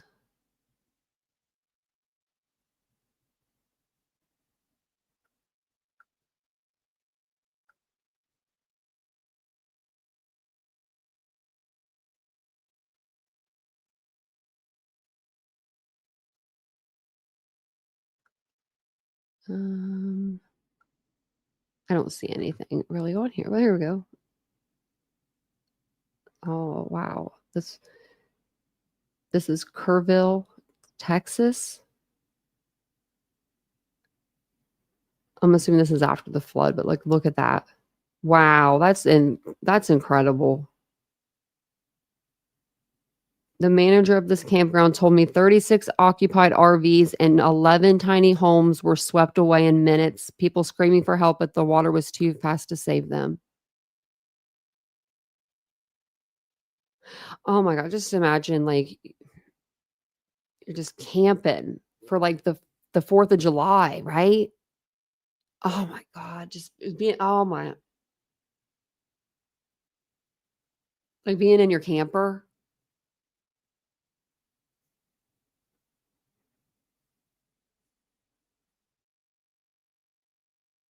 Judge Bev's twin. Could be.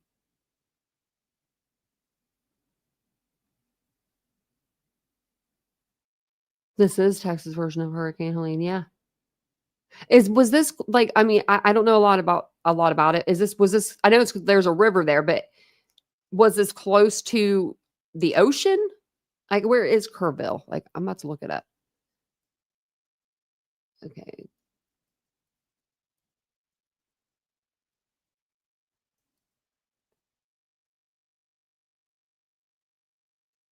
wonder if okay, Kerrville, Texas. I gotta close my eyes. I'm using Google Earth and I can't do the aerial stuff. Okay. So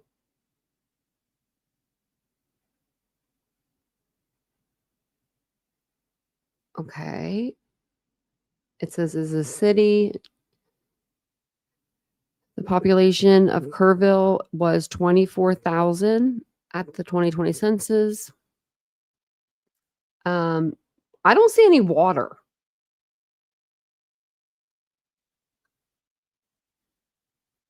Like, is this the water here? This is just a lake. And this is the river down here that they're just showing us. So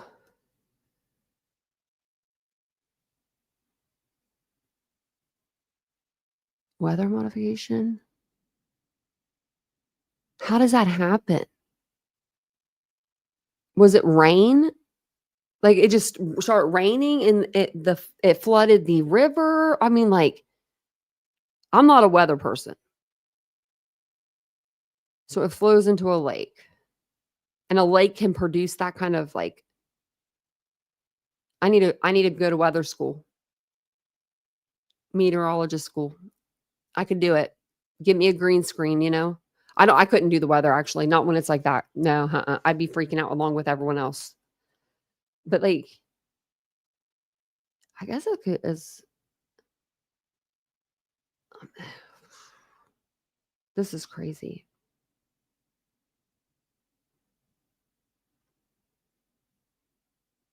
This is all probably gone. Wow, that's sad. And the kids, that's the worst part. The kids that were just at the at the campground. I don't know exactly where the campground is. I wonder. Where did it say? Imagine living in a tiny home. I would always want to live in a tiny home too. That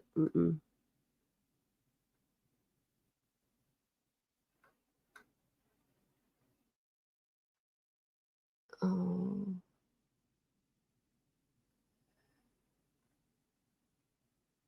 It says Texas Governor Greg Abbott this was 4 hours ago, has officially declared Sunday, July 6th as a day of prayer to honor and support the Texans whose lives have been devastated by the catastrophic flooding.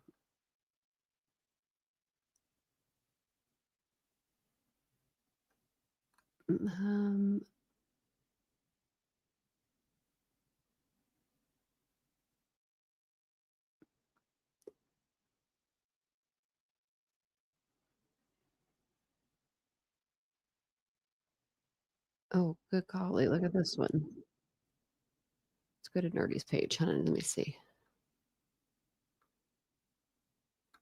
Oh, where was it?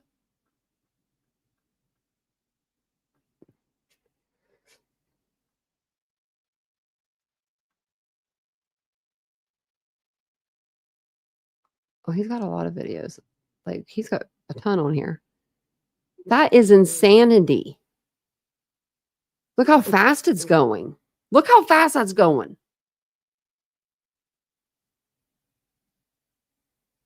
Would you be able to stay above water if you were not like the strongest swimmer in the world? I mean, I don't know. That to me is insanity. Like, look at this. Hello, where's our driveway? Oh, well, it's gone. So I guess it was rainfall. I mean, there's rainfall happening there. Oh, this is like sped up. So like, look at that.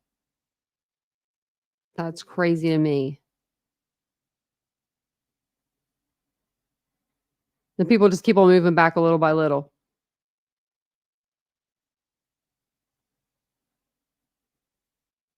Now they're getting in their cars. Look, they just drove away.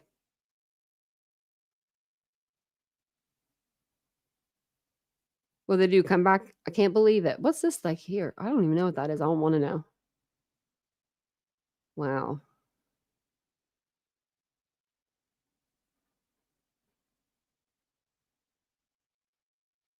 Okay. So he deleted the video that. Wow.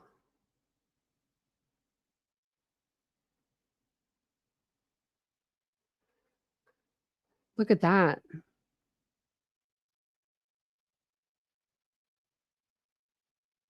This is the death. This was 5 hours ago. Death toll has risen to 37 in Georgetown. Faces the aftermath of San Gabriel River cresting, bringing renewed flooding and widespread damage across the region. Wow, that's craziness. Oh.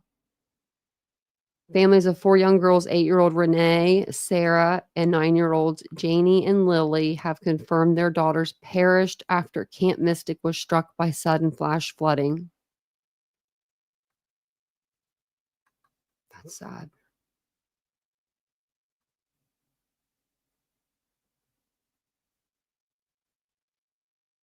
Yeah, day of prayer. That's real sad. A young girl clung to a mattress for hours, drifting through rising floodwaters before rescuers finally reached her amid the chaos of the Texas flood. Oh my goodness. They got her though. Wow. She must have been a strong little girl. That's sad. That's really sad.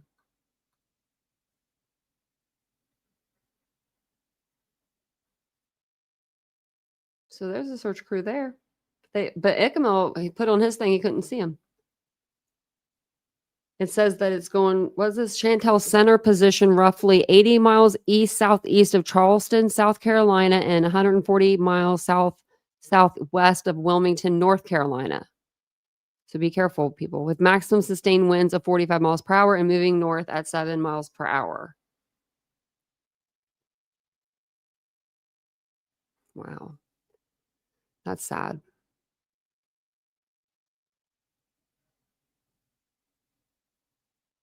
I know, I didn't pull it up. I'm sorry. I forgot. I thought I did, and I was like, I just didn't even pull those up. So let me pull them up for you now. I know, I'm sorry, Squeaky. I do that all the time. I'm just over here watching them by myself. Okay, so we'll go the opposite way. We're going to go opposite of what I just did. So this is the one that's heading towards the Carolinas. Be careful. And then that was the plane. And then down here was the flooding part. That was just the one thing. The young girl clung to the mattress. And then down here were the videos. This is the little girls that perished at Camp Mystic. That's four young girls anyway. And like, look at the water.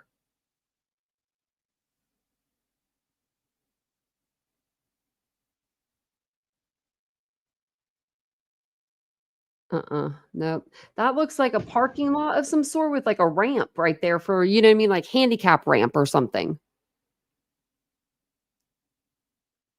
Okay. And then this is like another place in Texas. Not as bad, but still bad.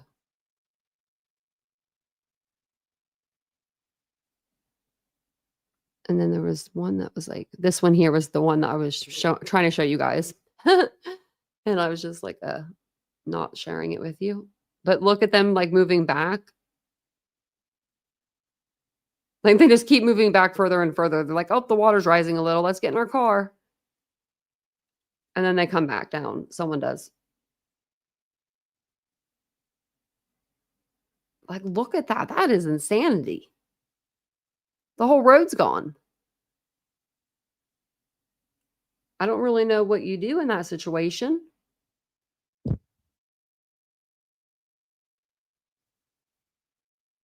Like what? I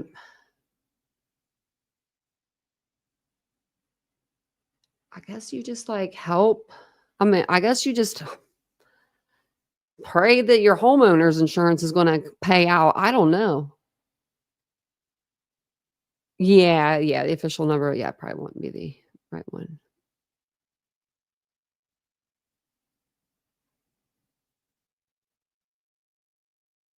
Yeah, I would not get in that water. Look at that. Like that water is fast. It's too fast. Look at the light pole at the end right there. That shows you how high the water is. That's a light pole. No, that makes me nervous. That makes me so nervous. That's actually true, Doodlebug. We blame both of them, though. We're mad at both. We're mad at everybody. I did see this though before I jump off here. I saw that they did put the, like, before it was just the trial date was just, it was just taken off, but it says 7-2 amended plea on the burglary, murder 1, murder. So count 1 burglary, count 2 murder 1, count 3 murder 1, count 4 murder 1, count 5 murder 1. Guilty, guilty, guilty, guilty, guilty. Sheriff's return, it's sealed. I wish we knew what that was.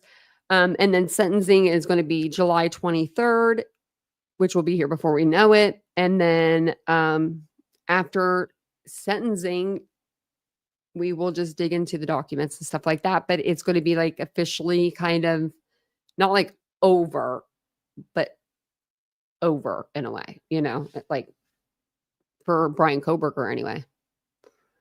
Until he decides to come out with a book or something, which come out with a book, Bryan.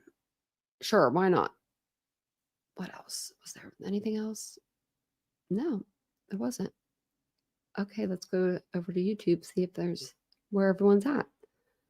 I feel like we had a slow night tonight over here.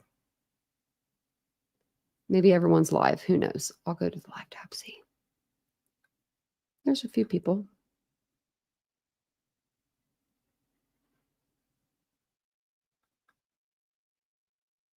Oh, look, there I am. I'm on the live tab.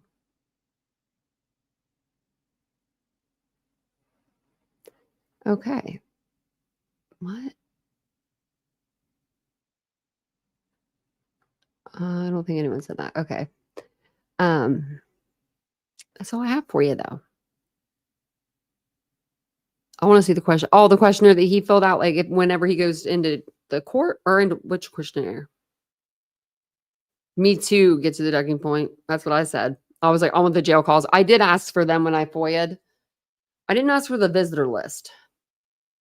But I did say any documents. I said anything pertaining to this case. So we'll see, if they, what they give me, what they don't give me, what they say yes to, what they say no to, what they're going to charge for them, right? Because Freedom of Information Act isn't free, right? So, yeah, we heard that in the Dateline episode that his sister was writing a book. I don't know.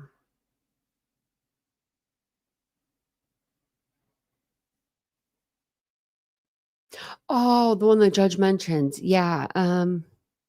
Everything should come out. I think that they should have at least talked to the families and told them the evidence they had and explained to them what a plea deal entails and all of that, right? Because I think that a lot of families don't know, what a plea deal entails and everything. So I think that if they would have helped them a little bit to better understand them, I don't know. But doodle for press. Yeah, his sister wants to capitalize on it. It's disgusting. Yeah. I mean, hell, I guess she did lose her job over it. So I don't even know if we can really be mad at her. So I'm trying to think if I had anything else to say. Hey, Jeremy. Okay. Well, I'm going to jump off of here. We'll get some sleep. I was at the pool today, so I'm a little exhausted, from just the heat. But it wasn't too bad, actually, outside. It was pretty nice. I only go down to the pool, for an hour and a half, maybe. I'm not one of those people that, sit by the pool all day. I look like it. I'm darker than Vincent. And he's usually really dark in the summer. He needs to get out. He needs to go sit by the pool.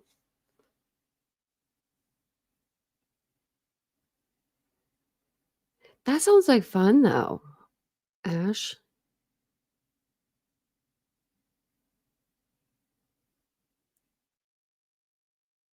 Yeah, sleepy after pool days.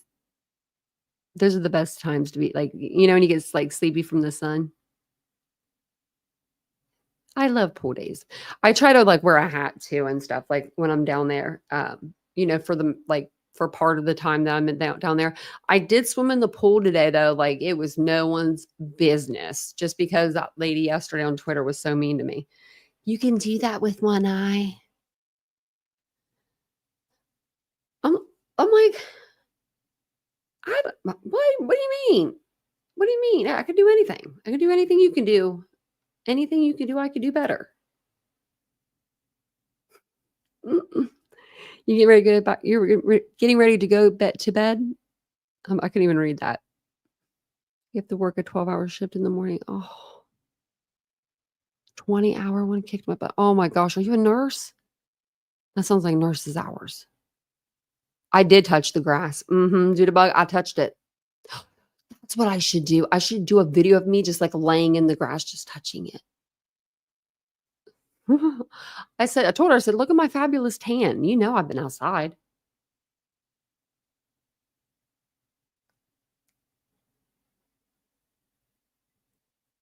I do everything with one eye. For the last 10 years I have, or 11 years, or 10 years. Wait, hold on. Oh, whoa, it's been way longer than that. I've been with Vincent 10 years.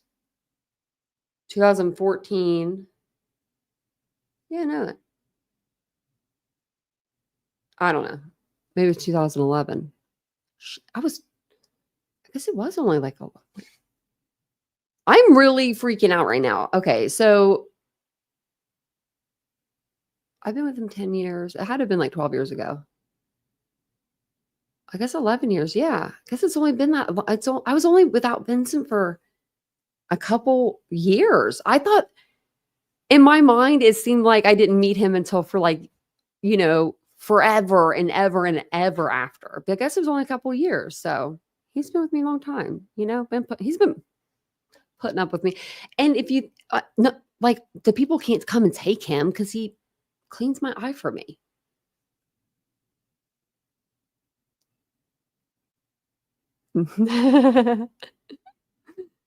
I do. I sit by the pool. I do. I sit by the pool if I'm not, getting orders ready or doing something on the channel. I'm going down to the pool for a minute. So, I will take Nancy out there. That'd be funny. I'll never let them do that, Debbie. Never. But thank you guys for being here. I appreciate it. I'll be back on tomorrow evening. I'm trying to think, but I think that's all. Yeah, just tomorrow evening because it's Sunday. My days are off by a day because Vincent was off Friday because of the holiday. And so I keep thinking today's Sunday, but it's Saturday. So I'm just like all confused. Right? Get to the ducking point. I know. Me too. I think tomorrow we'll cover something different. And then, of course, we'll keep Idaho, we'll do like every other day or something. But I'm going to put out a 48 hours, I think, special on my Patreon for you guys. And then I'm going to do the Gilgo Beach Long Island serial killer one. And then when Idaho 4 comes out with its 4-part docuseries, we're going to go over that on the channel. And then I'm going to put all of that on the Peacock as well. I can't play it on the channel, but I can go over like notes that I take from the special. And then I'm also going to do that with the Peacock one. I'm going to go through it and watch it tomorrow. So maybe tomorrow night or Monday night, whichever, we'll cover that. So, thank you guys for being here tonight. I appreciate you. If you guys use the code, I'll put it in the chat, summer sale in all capitals on my website, Poppy and Ari. It's a boutique. It has like home decor. It has everything on there. I'm going to put it in the chat, but you'll get 20% off your total. And if you spend over $75, subtotal of 75 or more, you'll get free earrings and I'll put them in your box for you. So thanks for being here. I appreciate it. I'll see you guys all tomorrow night. Have a wonderful evening. And I will see you guys then. Bye guys.